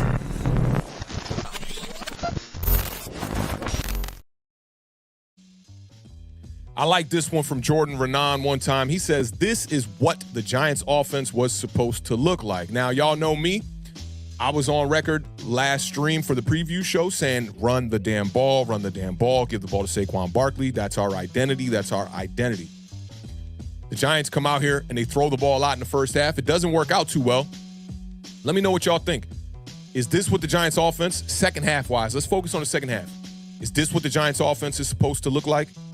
Saquon Barkley, kind of being sprinkled in with some runs, stretching the field with Jalen Hyatt, finding my man Darius Slayton on those deep ends. He caught that nice deep 14-yard route. Beautiful, love that. Darren Waller slicing up the middle. Is that what we're supposed to look like on offense? I think this one's going to be an easy one. Let's go to the chat real quick so we can fly through these. All right. Thought this one was going to be a little bit of an easy one. Jay Jean put up the P, but not for the push, but for the pass. I like that one time. Shout out Jay Jean in the building one time. Evan says he's taking the under on this one. He agrees with the statement on the screen. Simeon feels the exact same way. Roman feels the same way. Chase Hines thinks this is an overreaction. And I think that this would probably mean that Chase thinks we should probably be running the ball a little bit more. And also looking at the competition here a little bit too. I don't know if the Giants are going to be able to just go out here and throw the ball against teams like that. But I feel you on that, Chase. John Silva also thinks it's an overreaction.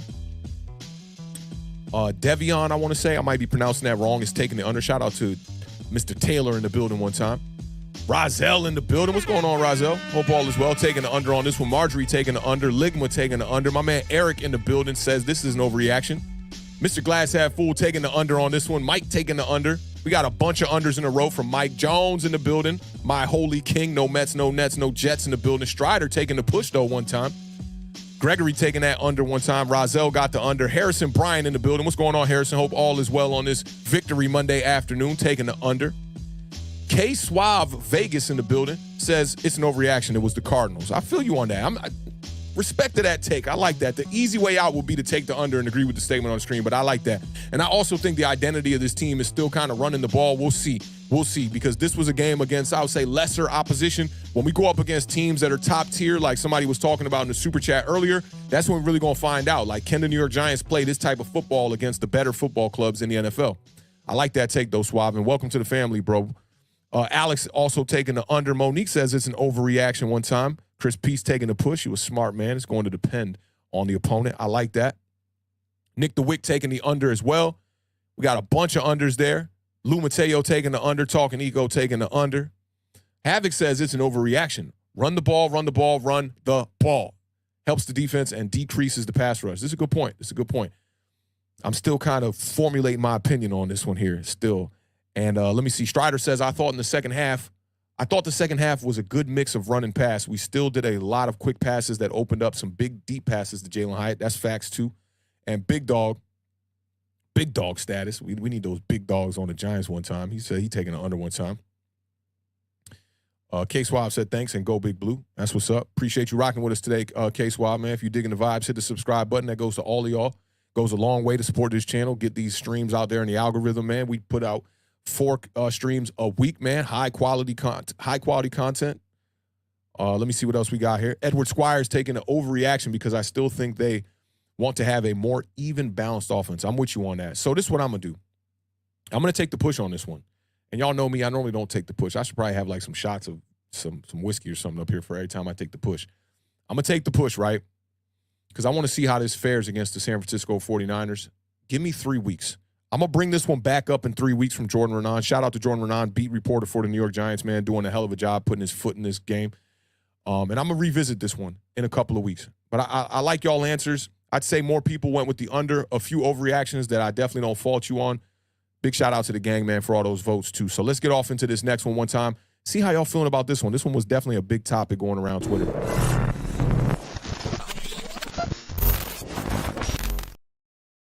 All right, man, we got to talk about that man, Brian Daboll. We got to talk about Mike Kafka one time.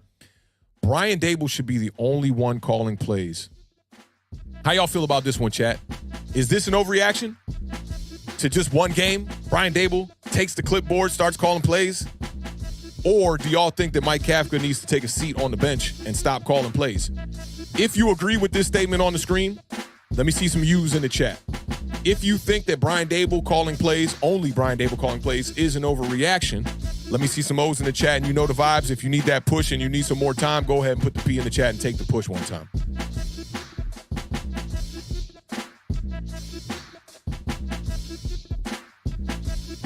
I don't know what this juice is, my girl begin, but it tastes like the juice in Avatar when they cracked open that fruit and all that. Yeah, that's what it is, yo. Gang.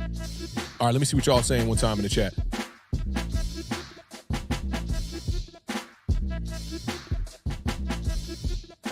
Ooh, Mike Jones. Mike Jones in the building. That was a good point about the last one. He said you got to take into account the situation. We were down 20. Didn't abandon the run necessarily. I'm with you on that. I like that. That's a good point. Now, speaking to this one with Brian Daboll, Simeon is taking the under. Agrees with the statement on the screen that Brian Daboll should be the only one calling plays. My man, Mr. Taylor's taking the push along with Marjorie and Harrison, all taking the push. Gregory says it's an overreaction. I like that right there from Gregory one time. Evan says, I want to say both. I feel you on that. Strider's right in the middle, so I think Strider's going to take the push on this one time. Chris P said overreactions galore. I like that right there. Eves Marvin's is taking the U on this one. Agrees with the statement on the screen. Lou Mateo also agrees with this one. Big U's. He wants Brian Daboll calling those plays. Real people in the building. What's going on, gang? Hope all is well on this Monday afternoon. Taking the push along with Roman as well. Who else we got? Evan going with both. He said U and O. Whatever. It is what it is. I feel you on that. Mr. Mini Guy in the building. What's going on, fam? Taking the under as well. Chase Hines taking that under. 6 quarters of Kafka. Pure. He says 6 quarters of pure Kafka was ugly. I like that right there. I like that. That's facts, too. Eric Rivera says it's an overreaction.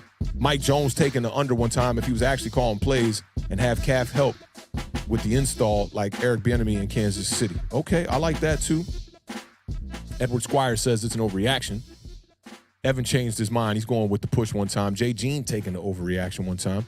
Dominic Hickman taking the under. Agrees with the statement on the screen. Only wants Brian Daboll.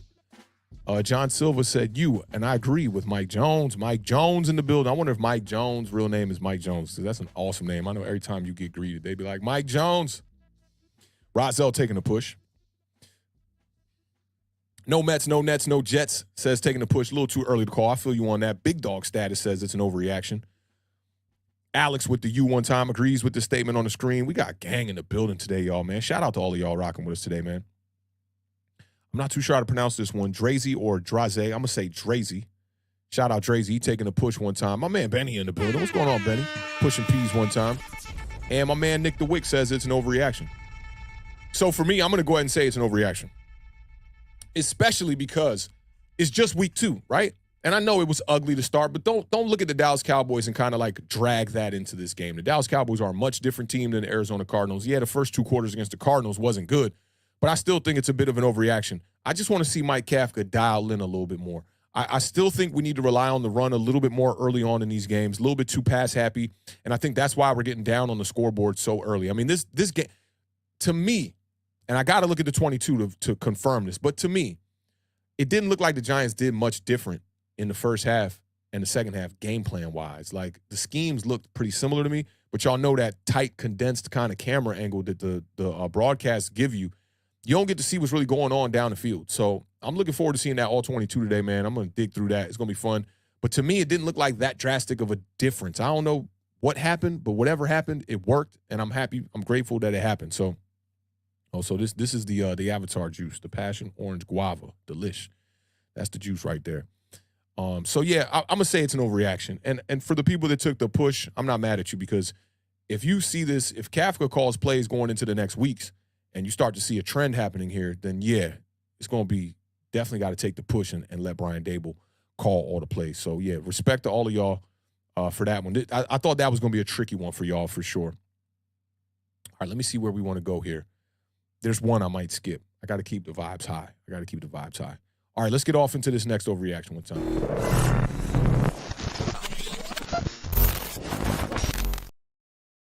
All right, this one is about Kayvon Thibodeau. Let me know what y'all think about this one. Kayvon consistently has games with 0 impact. The Giants have 0 pass rush outside of Dexter Lawrence. Is this the truth right here? Now, don't forget Azeez Ojulari was banged up with the hamstring injury in this game. He did not play.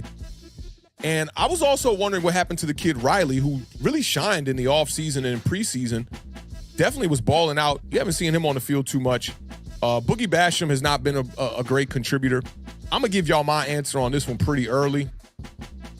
I'm taking the U on this. The pass rush has been bad.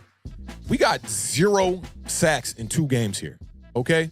You look at them statistics against the Dallas Cowboys in the last 3 games, we just not getting after the quarterback. And I thought that this game was going to be one where we could at least get after Joshua Dobbs. He didn't show incredible mobility in this game, but he was moving a little bit. But I just felt like we were getting stood up at the line a lot. And your typical Wink Martindale type of blitzing was not getting home in the first half.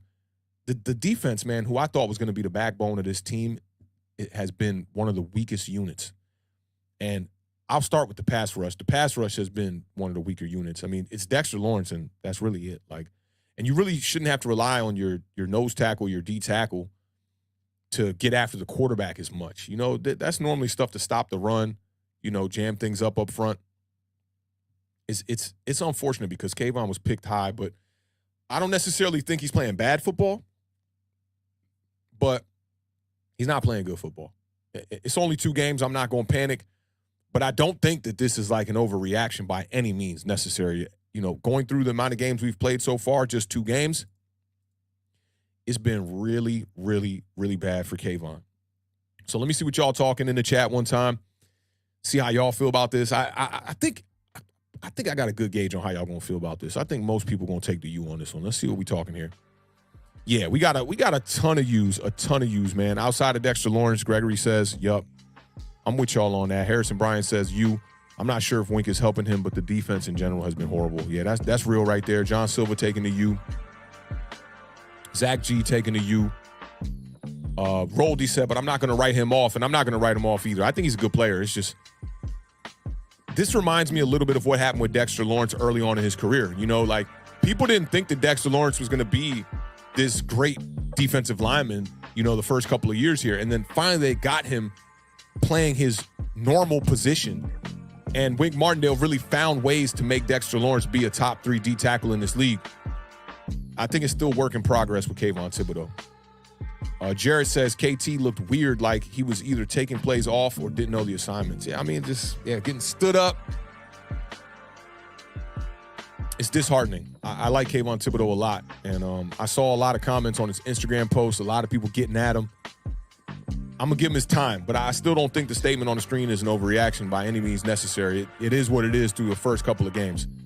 Let me see. This one looks good. Jay-Z Glazier in the building. What's going on, fam? Hope all is well on this Monday afternoon. Oh, and you. He looked good in run support in week 1. That's a fact. And they weren't on the field that much either. And he says, and don't have many true pass rush reps, but it is definitely a concern after week 2. Yeah, that's true.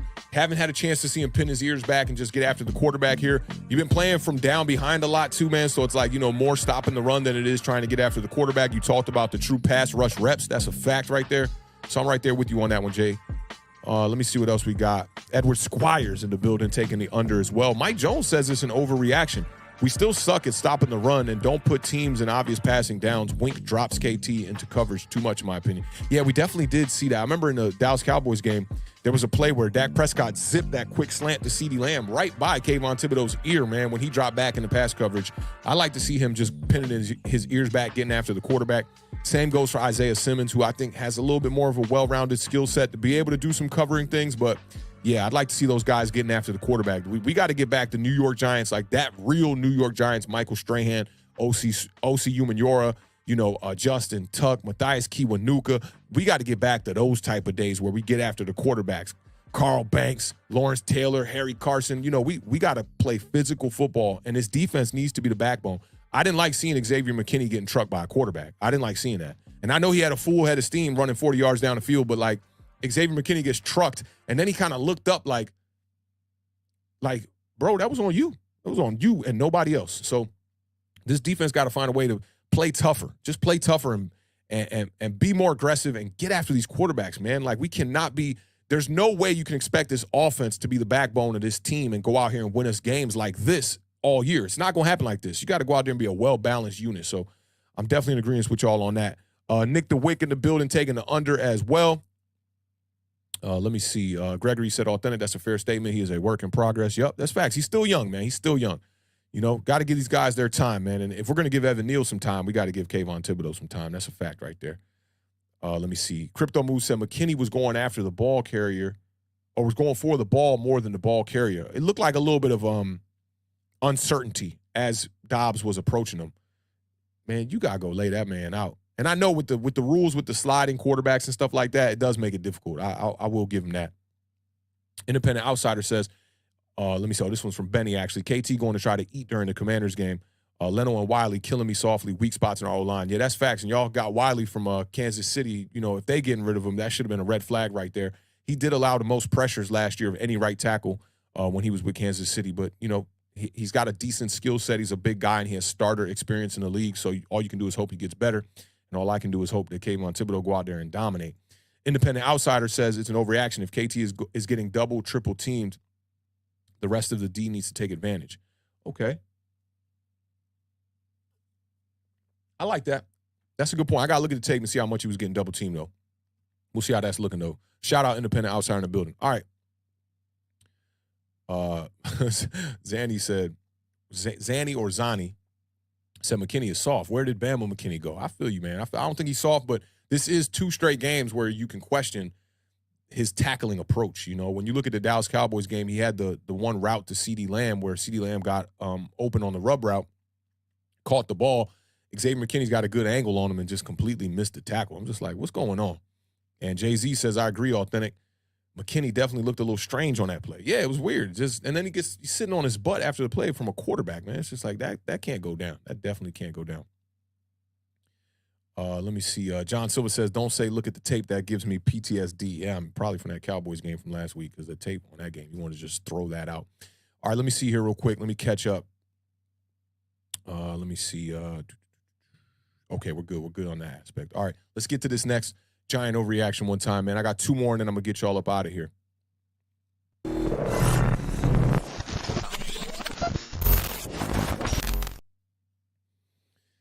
Let's get the vibes up, man. Let's get the vibes up one time, man.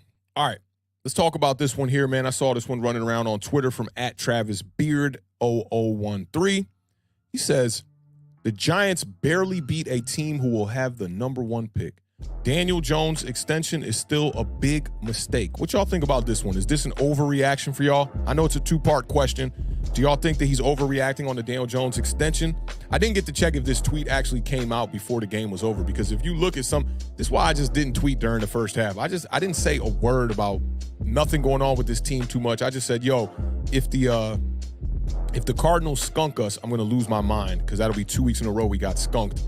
Put up the Arthur fist, balling up, because I was extremely angry about that.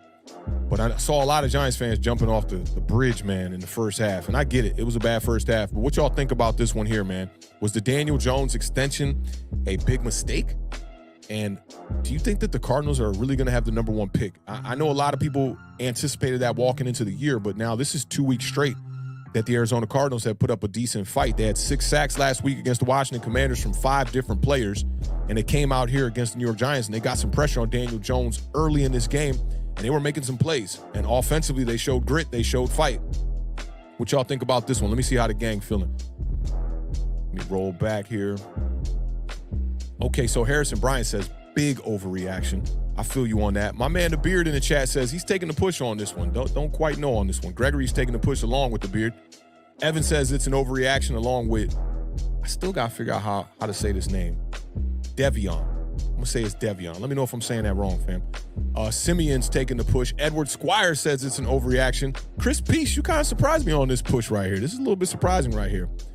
Roboticon in the building one time is taking the overreaction on this one. I feel you on that. Big dog status taking the push on this one. No Mets, no Nets, no Jets says it's an overreaction, and he gave him the good old Jihad Ward on him. Eric Rivera in the building says it's an overreaction. Chase Hines says definitely taking the push. The O-line hasn't helped matters at all. That's facts, especially through that first game. And then the first 2 quarters of the second one here. Definitely feel you on that. Marjorie says it's an overreaction, along with John Silva. Monique also says it's an overreaction. Lou Mateo with the overreaction. Had we win a close game from start to finish, then yeah, I would be worried, but they dominated the second half. That's facts right there. Jay Jean taking the push. We've been overreacting Jones' entire career. I'm gonna wait the season. That's smart, to wait the whole season. Like, this is a career-defining year for Daniel Jones. He has to go out here and show that he's better than what we've seen in the past. And that's why I think they gave him the contract. They gave him the contract, obviously, what he did in the past. He showed y'all he can win some games when he has competent coaching around him. But a lot of Daniel Jones' contract, I do think, has to do with projections, because he's a good player. They know he's a good player, but it's, can he get the job done? Can he be consistent? Can he be mentioned in the likes of the elites in the league, right? And is he the type of caliber quarterback that can take you to a Super Bowl? We know that Joe Shane thinks that. He said it in the press conference in the offseason, him and Brian Dable both, and fans are still kind of questioning it, trying to figure it out and assess his play. So I understand Jay Jean taking the push on this one. Crypto Move say he taking the under. He has proven he has the physical and mental skills. The struggles are as much coaching and execution. I can dig that. I can definitely dig that. No Mets, no Nets, no Jets said the Bengals could have the number 1 pick. Oh, yeah, because of Houston. Yep. They got Houston's first-round pick, and Houston has definitely came out the gate struggling. I love what I'm seeing from Tank Dell, and C.J. Stroud is hanging in there. What's my man's name from Michigan? Nico Collins. He had a big game this past week, too. Love what I saw from that. Shout out to the Moore family in the building. Push, but I cannot think of DJ having a great game versus a good team. We need to slow down. He has one of these games every year, but no consistency. For a second, I thought that was a word I didn't know. But yeah, I feel you on that. I've talked about Daniel Jones' consistency throughout his entire career that I've been covering him here. We started in 2019, and that's been the big knock on him. Even when you look at the rookie year, he had the 3 games with major numbers. He had 4 touchdowns against the Jets, 4 touchdowns against the Detroit Lions, and he had 5 touchdowns against the Washington Commanders that year. And then outside of that, you're looking at a guy who's like 1 touchdown or less a game. So it's all about consistency. Go back to last season. Daniel Jones had no streak, no consecutive games with multiple passing touchdowns at any point during the regular season. So we know it is consistency. This is a good game to try to start to stack up a little bit more consistency. And I think we saw him utilize the weapons like we've never seen before. Last year's team, yeah, we won some games, but I don't think you ever saw Daniel Jones go out there and really light it up like this in this second half. It was a spectacular performance by the kid. Mike Jones says it's an overreaction. Let me see who else we got up in here. Bookend Tackles also says it's an overreaction. John says it's an overreaction by a mile. He has a young line in front of him. Compare his 2-week stats to Hurts, very similar, yet Hurts has better talent by a mile. I got to look at Hurts' numbers. I know it was just 4 touchdowns or something like that. I think it's the way. It's the way that Hurts wins. Hurts is winning in a lot of games, on the merit of his play. Daniel Jones did that in this game, and I think we just got to see some more of that. I think it's an overreaction. I do think it is a bit of an overreaction, especially to wake up on Monday and be talking about this. By a mile, I don't think it's by a mile. But I think that the people that are skeptical about Daniel Jones, this is what they're going to say. They don't think that he's worth the contract. Shit, Richard Sherman was just on last week saying that this was a bad idea to give Daniel Jones that contract. People going to flip-flop from week to week. I get it. Play well. They're not going to talk about the contract as much. Play bad, they're going to bring up the contract. Everyone was talking about the contract after the first half. Nobody was talking about it after the second half. So just want to see that consistency out of Daniel Jones. I respect that take, though, John. Shout out to you. Let me see who else is in the building. My man Stan's in the building. Stan is like the fan from Major League 2. They'll blow it in the playoffs, that kind of thing, and then maybe we could start to reel him in and get him back to being a New York Giants fan again. He says, I'm going to say you just because we've seen these flash games such as yesterday, Saints in 2021, and obviously Minnesota, but the consistency still isn't there yet in my opinion, but that's just my opinion. It's a good point, though. There's no hater vibes in that, Stan. I like that. Let me see what else we got. Jay Glazer says it's an overreaction. Drazy says he's taking the push on this one. They want to see him take over, and he did. He did that, but against the level of competition, I don't know. It's a good point. It's a really good point. A lot of overreactions from Benny, Bill. Shout out Bill in the building one time. I don't remember seeing Bill Harton in the building. Shout out, Bill. Welcome to the gang, my G. And if y'all digging the vibes, man, hit that subscribe button. We'll welcome you all to the family. We talk real ball over here, man, at Awthentik in the Beard. 4 days a week, man. Shout out to all y'all for being here on this Monday afternoon. Let me see. Irish Rover's in the building. He says 100 O's one time. I hope. I like that little asterisk at the end of it. That's what's up. And let me see. Let me see what Gregory talking about right here. Gregory said, Awthentik, there was a first half to that game, too. There was. It was bad, bro. It was a bad first half. I got you, man. Leave it to the Cowboys fans, man. To pull the cards. I'm with you on that. Shout out JC NYC in the building. I don't remember seeing JC in the building, man. Welcome to the fam. He said what DJ did is not an overreaction. What he did takes talent. How can you ask for consistency when the O-line wasn't giving him a chance in 6 quarters? I think that the offensive line wasn't that bad throughout the first half of this game. I mean, I went over the pass protection winning rates here. There's no way you end with these kind of ratings if you would have had a dismal first half. So in the first half, I thought the offensive line was decent. We just couldn't get things going. And I don't really know what that was. I got to look at the 22, like I said. But when you look at these pass block win rates, I mean, they're fantastic. Everybody was over 89%.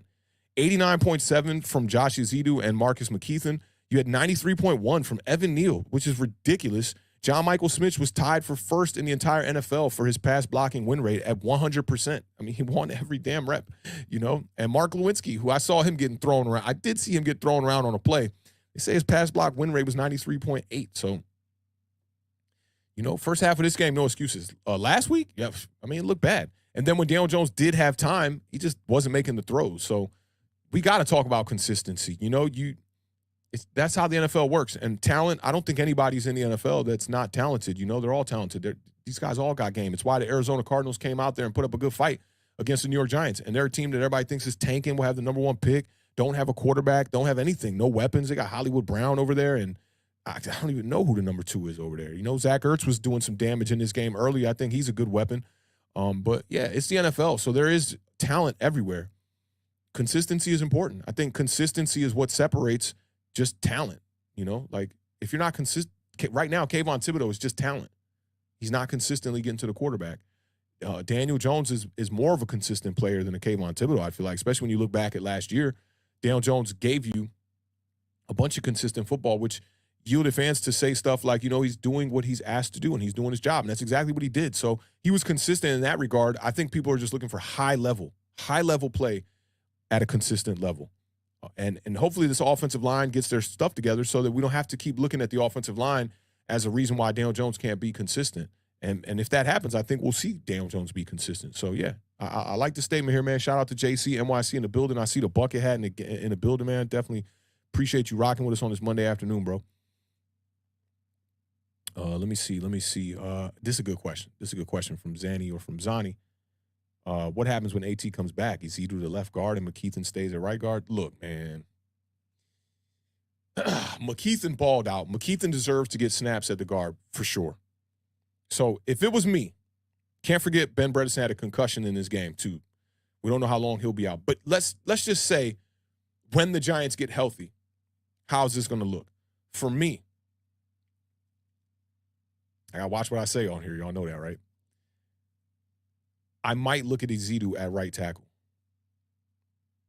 I really might. And then I'd have Ben Bredesen at left guard, and I'd bring in McKeithen at the right guard position.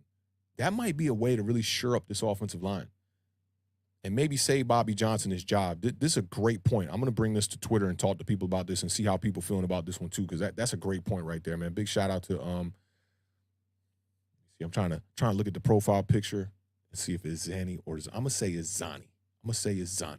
Let me know if I'm pronouncing that right. Shout out to the gang one time. Yeah, what about Neil Strider? I don't know, bro. I really don't know, bro. I you spent a lot of draft capital on them, but I think the goal and the objective here for the New York Giants is to win games. You got to put the best players out there. Not all, rookies and second-year players, need to be out there on the field getting snaps every down. Maybe you make him a rotational type of guy, bring him in as a depth piece till he gets everything, under control. I think he has potential to be a great player, but right now it's not looking too good for Evan Neal.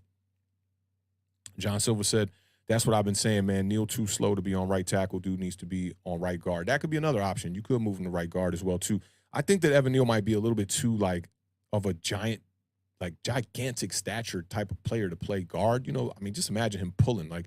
He's not that athletic, I feel like. Like you said, he's kind of slow. So I don't know about Evan Neal at the guard position. I'd be a little worried about that. All right, so let's see where we at here. Use him strictly for run blocking. I like big dog status. I like that because he's a good run blocker. The Giants, even in that game against the Dallas Cowboys, the run blocking win rate was 72%. So we can run the ball. And that's why I thought they were going to this game and just ground and pound the ball. I thought that's what they were going to do. And they gave me a different kind of a game plan on this one. So, I respect it. They got the W. That's what matters most. I respect it. But I do want to see them kind of, well, what's up with the backup running backs? You didn't see Matt Breida in this game at all for real until the end when Saquon got hurt. So worried about that. Worried about special teams a little bit as far as punt return goes, kick return. Not really anybody dynamic there. A lot of question marks going into week 3, and we only got a couple days to do that. So we'll see how things go. All right, so I got one more overreaction. I'm going to get y'all out of here under 2 hours today. Look at that. Look at that. Look at God. Y'all can go out here and go touch some grass. Let's get off into this last one real quick.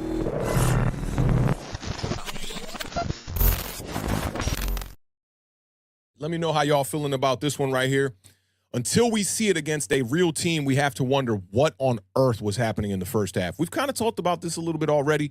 Y'all let me know how y'all feeling one time about this one. Is this an overreaction, or is this just somebody just being a little bit, calm and a little bit, what's the word I'm looking for?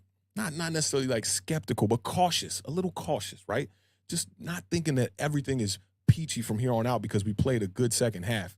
I like this one right here. I'm not even going to lie, and I'll give y'all my thoughts on it while y'all tell me if y'all think it's an overreaction. I 100% agree with this statement on the screen. Now, look. 1, the Cardinals were not supposed to be a good team. We know that, right? The Cardinals are supposed to be, at best, an average ball club. I got them probably winning somewhere around 5 games maybe on the entire season, and I think that they squandered 2 opportunities in the first 2 weeks to get some wins. They were right there with the Washington Commanders, lost that game. They was right there against the New York Giants, lost that game. It reminds me of the Joe Judge era when you start to see teams that don't know how to close out games. They're playing not to lose. They're not playing to win. The Arizona Cardinals could have went out here and really just took it to the New York Giants in the second half, scored about 2 touchdowns, and that game might have been out of reach. Instead, they let us linger around. I don't know if y'all remember Pineapple Express. They let the Giants be a lingerer, right? Hanging out way too long, and the Giants stole a game from them. I will gladly, confidently say that we stole this game from the Arizona Cardinals in the second half. So I 1,000% agree with this statement on the screen. I'm going to take the U on this one. Y'all let me know how y'all feeling. Let me see what the chat's saying over here. Let me pull this up. Yeah, we got big U's, big U's. Crypto Moves taking a push one time, though. He says, let's see how we do against the San Francisco 49ers. Nick the Wick, John Silva, Bill Hartnett 100 agrees on this one. Big Dog Status taking the under on this one. Big Dog, look, Big Dog Status only been here for this stream, I think, right? But I'm already getting it from Big Dog Status that he's a very even keel kind of fan. Big shout out to Big Dog Status one time for rocking with us in the building today, man. Y'all welcome him with the biceps in the chat one time, man. Edward Squires taking the under on this one. I'm with you on that. Marjorie taking the under. JC NYC says bad teams beat good teams. Last year we beat teams we didn't think we could. The Ravens, Green Bay, etc. This is facts. And good teams know how to close out games. New York Giants won 7 games last year by 1 score. So hopefully we can continue to go in that direction. I don't want to fall into the pile of Minnesota Vikings, go from 11 one-score wins one year. Now you're starting to lose back-to-back games. It's looking like you kind of falling off, and you can't win those games. So I definitely agree with you on this one. Simeon says he's taking the O on this one. We know what happened in the first half. It was Kafka. I feel you on that. I don't know if it's an overreaction, maybe reason to take the push, but this is a good point you brought up right here. Jay Jean taking the under one time. John taking the push on this one. What is considered a real team? What is considered a real team? Our current roster doesn't stack up to the top tier teams who are supposed to go to the Super Bowl. This is facts. I feel like our wide receiver core, minus Jalen Hyatt, the rookie, if you just look at the moves they made, bringing in Paris Campbell, who to me so far has been a bit of a, I'd say a tick under what Richie James was doing for us last year. But now we got Wan'Dale Robinson supposed to be getting back out here healthy. That might take away from some of the snaps from Paris Campbell. But I feel like the system that Paris Campbell was in last year with the Indianapolis Colts, it favored his play style a little bit better. It seems like he's catching the ball not in stride in this offense and not being able to get the yak that I think that he's expecting to get within this offense. So I'm with you on that. I like this push right here. It's a good push. Even though I'm taking the under, this is a good push right here. Let me see. Strider said it's not just Kafka, though. It was everything. I'm with you on that, too. That's a good counter for that. Look at us having a little good debate right here. Big Dash knows what? Big Dash knows New York Giants football. Shout out my man Big Dash in the building. He said, Awthentik, I feel good, but not great. I'm right there with you, Dash. It's like, yo, it was good to walk away with a victory in this game, but at the same time, man, it was like, damn, what happened in that first half, man? It was extremely sketchy. It was sketchy, to say the least, right? So I'm with you on this one, Big Dash. Make sure y'all go subscribe to Big Dash. He out here putting down that great content. He just started doing live streams as well. He's done a bunch of pre-recorded content throughout the year. Real good takes over there, man. Make sure y'all go show some love and support to the homie Big Dash knows. And that's his little saying right there. It's Big Dash knows what? Big Dash knows New York Giants football. Every time he say that, I smile. Big shout out Dash in the building one time. Jay-Z says he's taking an O and a U. I don't know. I just don't like the wording of real team. I feel you on that. Every NFL team is a real team. I for sure want to see them compete with a better opponent, though. Yeah, and I think that's what they mean by real team is high-quality opposition. You know, I could have maybe worded that a little better for him, but real team, yeah, that is what it is.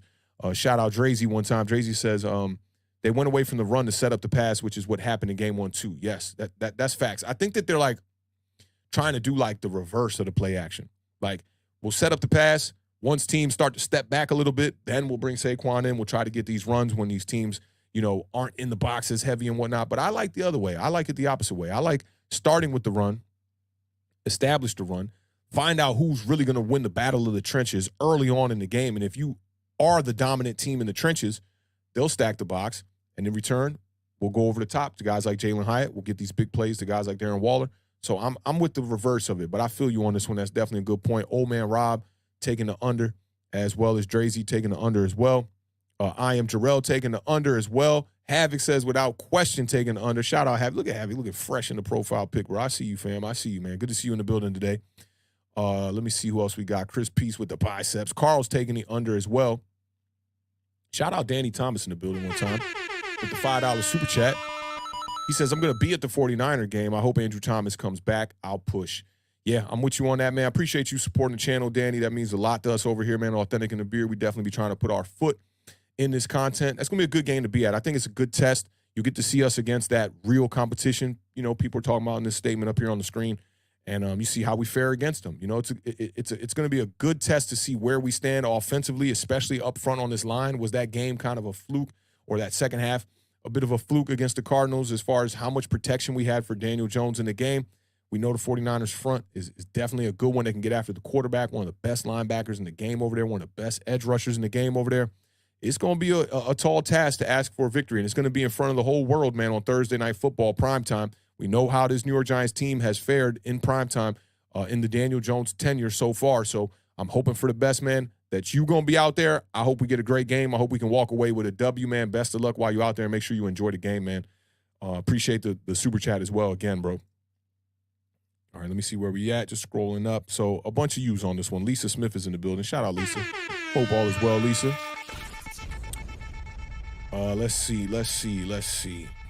All right, we all caught up. Yeah, man. So I think the general consensus on this one is not too much of an overreaction. What is a real team is super important. But yeah, the Giants are going to see some real teams coming up in this next stretch, man. This next stretch is the most difficult stretch. I've been talking about it all offseason, and I'm extremely worried about this stretch coming up. You know, playing teams like Miami Dolphins, playing teams like the 49ers, Seattle Seahawks, Buffalo Bills, and then that Commanders team is riding high, man. That Commanders team is definitely riding high. I live here in Washington, D.C., for all the people that are new to the stream, so I know a lot about what's going on with the Commanders. My buddy who I do the podcast with, The Beard, he's a Commanders fan, lifelong Commanders fan. I'm a lifelong New York Giants fan. So we kind of have a different perspective than what y'all get up in New York, you know, from the WFANs and things like that. A lot of people in New York think the Washington Commanders suck. Like, they think that they're absolute garbage. Most people mark them off as a team that we would sweep this year in the NFC East. I still think that the divisional wins is going to be extremely important. And we didn't get one against Dallas, but we did go out here against the Cardinals. We got this conference win against the Cardinals this week. I'm happy about it. We needed it. It's one that I marked off on the schedule as a W. For those of y'all that did not see my prediction show with The Beard, where we predicted the records for every team in the NFC East, and we predicted a stat line for our teams receiving, rushing, and passing as well. I picked the Giants this year to lose week 1. I picked the Giants to win week 2 against the Cardinals. Throughout the year, I looked at the schedule. It's very tough. I do see us regressing a little bit, falling to about 8 and 9 is where I have us this year. We'll see. When we get to these games coming up, the Giants are going to have to do exactly what they did last year, and they're going to have to shock one of these teams. You know, like homie said in that chat just a little while ago, the Green Bay Packers, the Baltimore Ravens, even the Minnesota Vikings in the playoffs. You're going to have to find a way to win and beat some teams that you're not expected to beat. And this year, the task is a lot taller. When you're going up against these juggernaut teams, I know y'all saw Miami, and you might be thinking to yourself, oh, they're going up against the Patriots. They really don't got much over there with the Patriots, but the Patriots got one of the better defenses in the league. And they went out there in the draft, and they got themselves a shutdown corner. He got an interception last night. And they were in that game all the way down to the last play. I love the last play, the little lateral from Gesicki, too. I thought that was awesome. They should have just gave him the first down and let that game go on, but went to the replay, and they fell short. Again, the New England Patriots now 2 weeks in a row. They played the Philadelphia Eagles, so we got to see their battle up against another division rival right there, and they played them well. It came down to the last possession. Mac Jones with a throw on the outside, and I believe that's Kayshon Boutte who couldn't get his feet down, and, you know, maybe that game goes a little bit different. So I'm not ruling out the New York Giants to compete against any of these teams. I think we can compete against any team in the NFL when we're playing our best football. We got a glimpse of our best football just this past Sunday in the second half. And you just got to hope that the New York Giants can build upon that, and we can see more of that team and less of that first half team. That's what it is. Let me see what's going on here. Preston Avery Blake says, hey, buddy, not enough characters. Hey, again, buddy, not enough characters. Check chat. I don't know exactly what he's saying on that, man, but big shout out to Avery in the building one time for supporting the channel. Let me see. I'm juggling up here, man. This is like, yeah, I'm doing a bunch up here. So I try to keep my eyes on the chat. Shout out my homie Afghan in the building, man. Day one over here. What's going on, fam? Hope all is well. He says the Skins do not suck. The only thing I came into the season unsure about was Sam Howell, and he's shown to be more than serviceable. They aren't easy. Yeah, you're right about that, man. They're going to play tough. And now they got Chase Young back. He looked great this past week. You know, that defensive front is one of the better units in the NFL, and their secondary is extremely slept on. So, yeah, we don't want to walk into that game thinking that, you know, hey, this is going to be a piece of cake win for us. It's definitely going to be a tough one. But shout out to all of y'all for rocking with me today, man. This was a good vibe, man. This was definitely a good vibe. And, you know, I want more of these. I want more W's from the New York Giants, man. I want more W's so that we can come here and we can celebrate and enjoy these games. You know, these, like, football is meant, the number one rule that I have, and the only rule that I have for football is literally just have fun, man. Just have fun watching these games, have fun, assess it, you know, and just try not to attack people too much, man. Like, we all in this, we all Giants fans, we all in this together. We all want to see this team win games, and that's really all it is, to be honest. I just want to see W's. The more W's, prove me wrong. I got us at 8-9, man. Now we're sitting at 1-1. Go out there and be 16-1. I'll feel fantastic as a New York Giants fan. But this was the week 2 edition of the Giant Overreaction. And I appreciate all of y'all for rocking with me today, man. This was definitely a good vibe. I tried to squeeze this into 2 hours. We are now at the 158-minute mark. For those of y'all that are new here and you haven't been rocking with us throughout the season or throughout the previous seasons, if you dig in the vibes, hit the subscribe button. We definitely welcome you into this family, bro. Like, this chat is one of the best chats. I will always say that, yo. We've built a great community of people who come here and just talk ball. We don't attack nobody. We check on each other. There's still some people that I haven't seen in the chat this year that I'm still worried about. I'm like, man, what happened to this person? You know, has anybody checked up on this person? Sunday being one of them, who used to be like one of our biggest moderators, and we just don't see her in the community no more. So I hope all is well with Sunday and with all of y'all. All my day ones in here, man, have been rocking with us, man, you know, and holding us down and spreading the word and telling y'all Giants fans, telling y'all folks about what we do over here.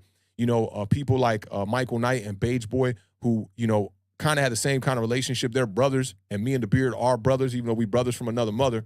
We still got that rivalry of the Washington Commanders versus the New York Giants.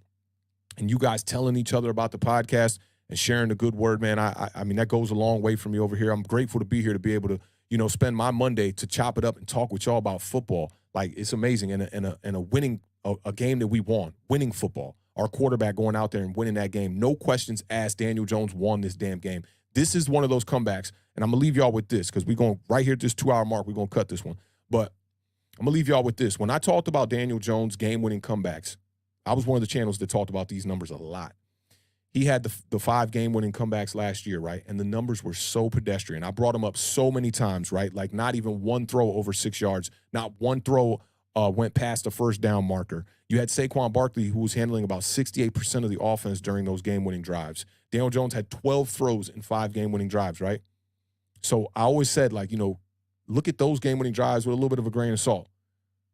This game-winning drive and this comeback on Sunday, that shit was all Daniel Jones. One of y'all clip that up and put that on Twitter because that one could go a long way. That was all Daniel Jones. And they put some pieces around him, and I'm not discrediting anybody, but there's no way you come back in a game like that if your quarterback ain't out there hooping like that. It's no damn way. So big shout out to all of y'all, man. I hope y'all enjoy this, man. There's still a lot of time left. We at 3 o'clock on the button right now. You can go out, go spend the rest of your day, man. Hang out with some Giants family, chop it up, wear your jerseys. If you go to the store, wear your hat, represent for this team, man, because they represented for us in that second half. They dug down deep, and they got us a victory. I think that's all we can ask for as Giants fans, man. And they showed that dog. You know, sometimes you got to get smacked in the face for you to show that you could really fight. I seen it firsthand with homies that I thought had no hands, could not fight. And then when we got into a scrap and I got to see them wreck, I was like, dang, homie got hands. And I think that's what happened with Daniel Jones. So, again, let's end this one with some biceps in the chat, man. Let me get the chat up real quick. Salute to all of y'all, man. Y'all know what it is, man. We got the San Francisco 49ers coming up on Thursday. Spike don't care. We're going to go out there and we're going to try to handle business. That's what it is, man. Y'all know how we end every one of these podcasts, man. Keep raising that bar. Keep living those dreams, y'all, because the universe flows in Technicolor and surround sound. Rest in peace to the podcast GOAT Combat Jack one time. And y'all, enjoy y'all first victory Monday of the season. The New York Giants came back in incredible fashion, man. I love it. I love it. And I got a lot of love for y'all in this chat. Salute to all the new folks in the building. Make sure to hit that like button on y'all way out, man. Y'all be good and enjoy this. Again, represent today. Wear y'all gear. Represent. The weather's beautiful. Y'all be good. I will catch y'all tomorrow at 7 p.m. Eastern Standard Time for these recaps, man. Holla at y'all. Peace.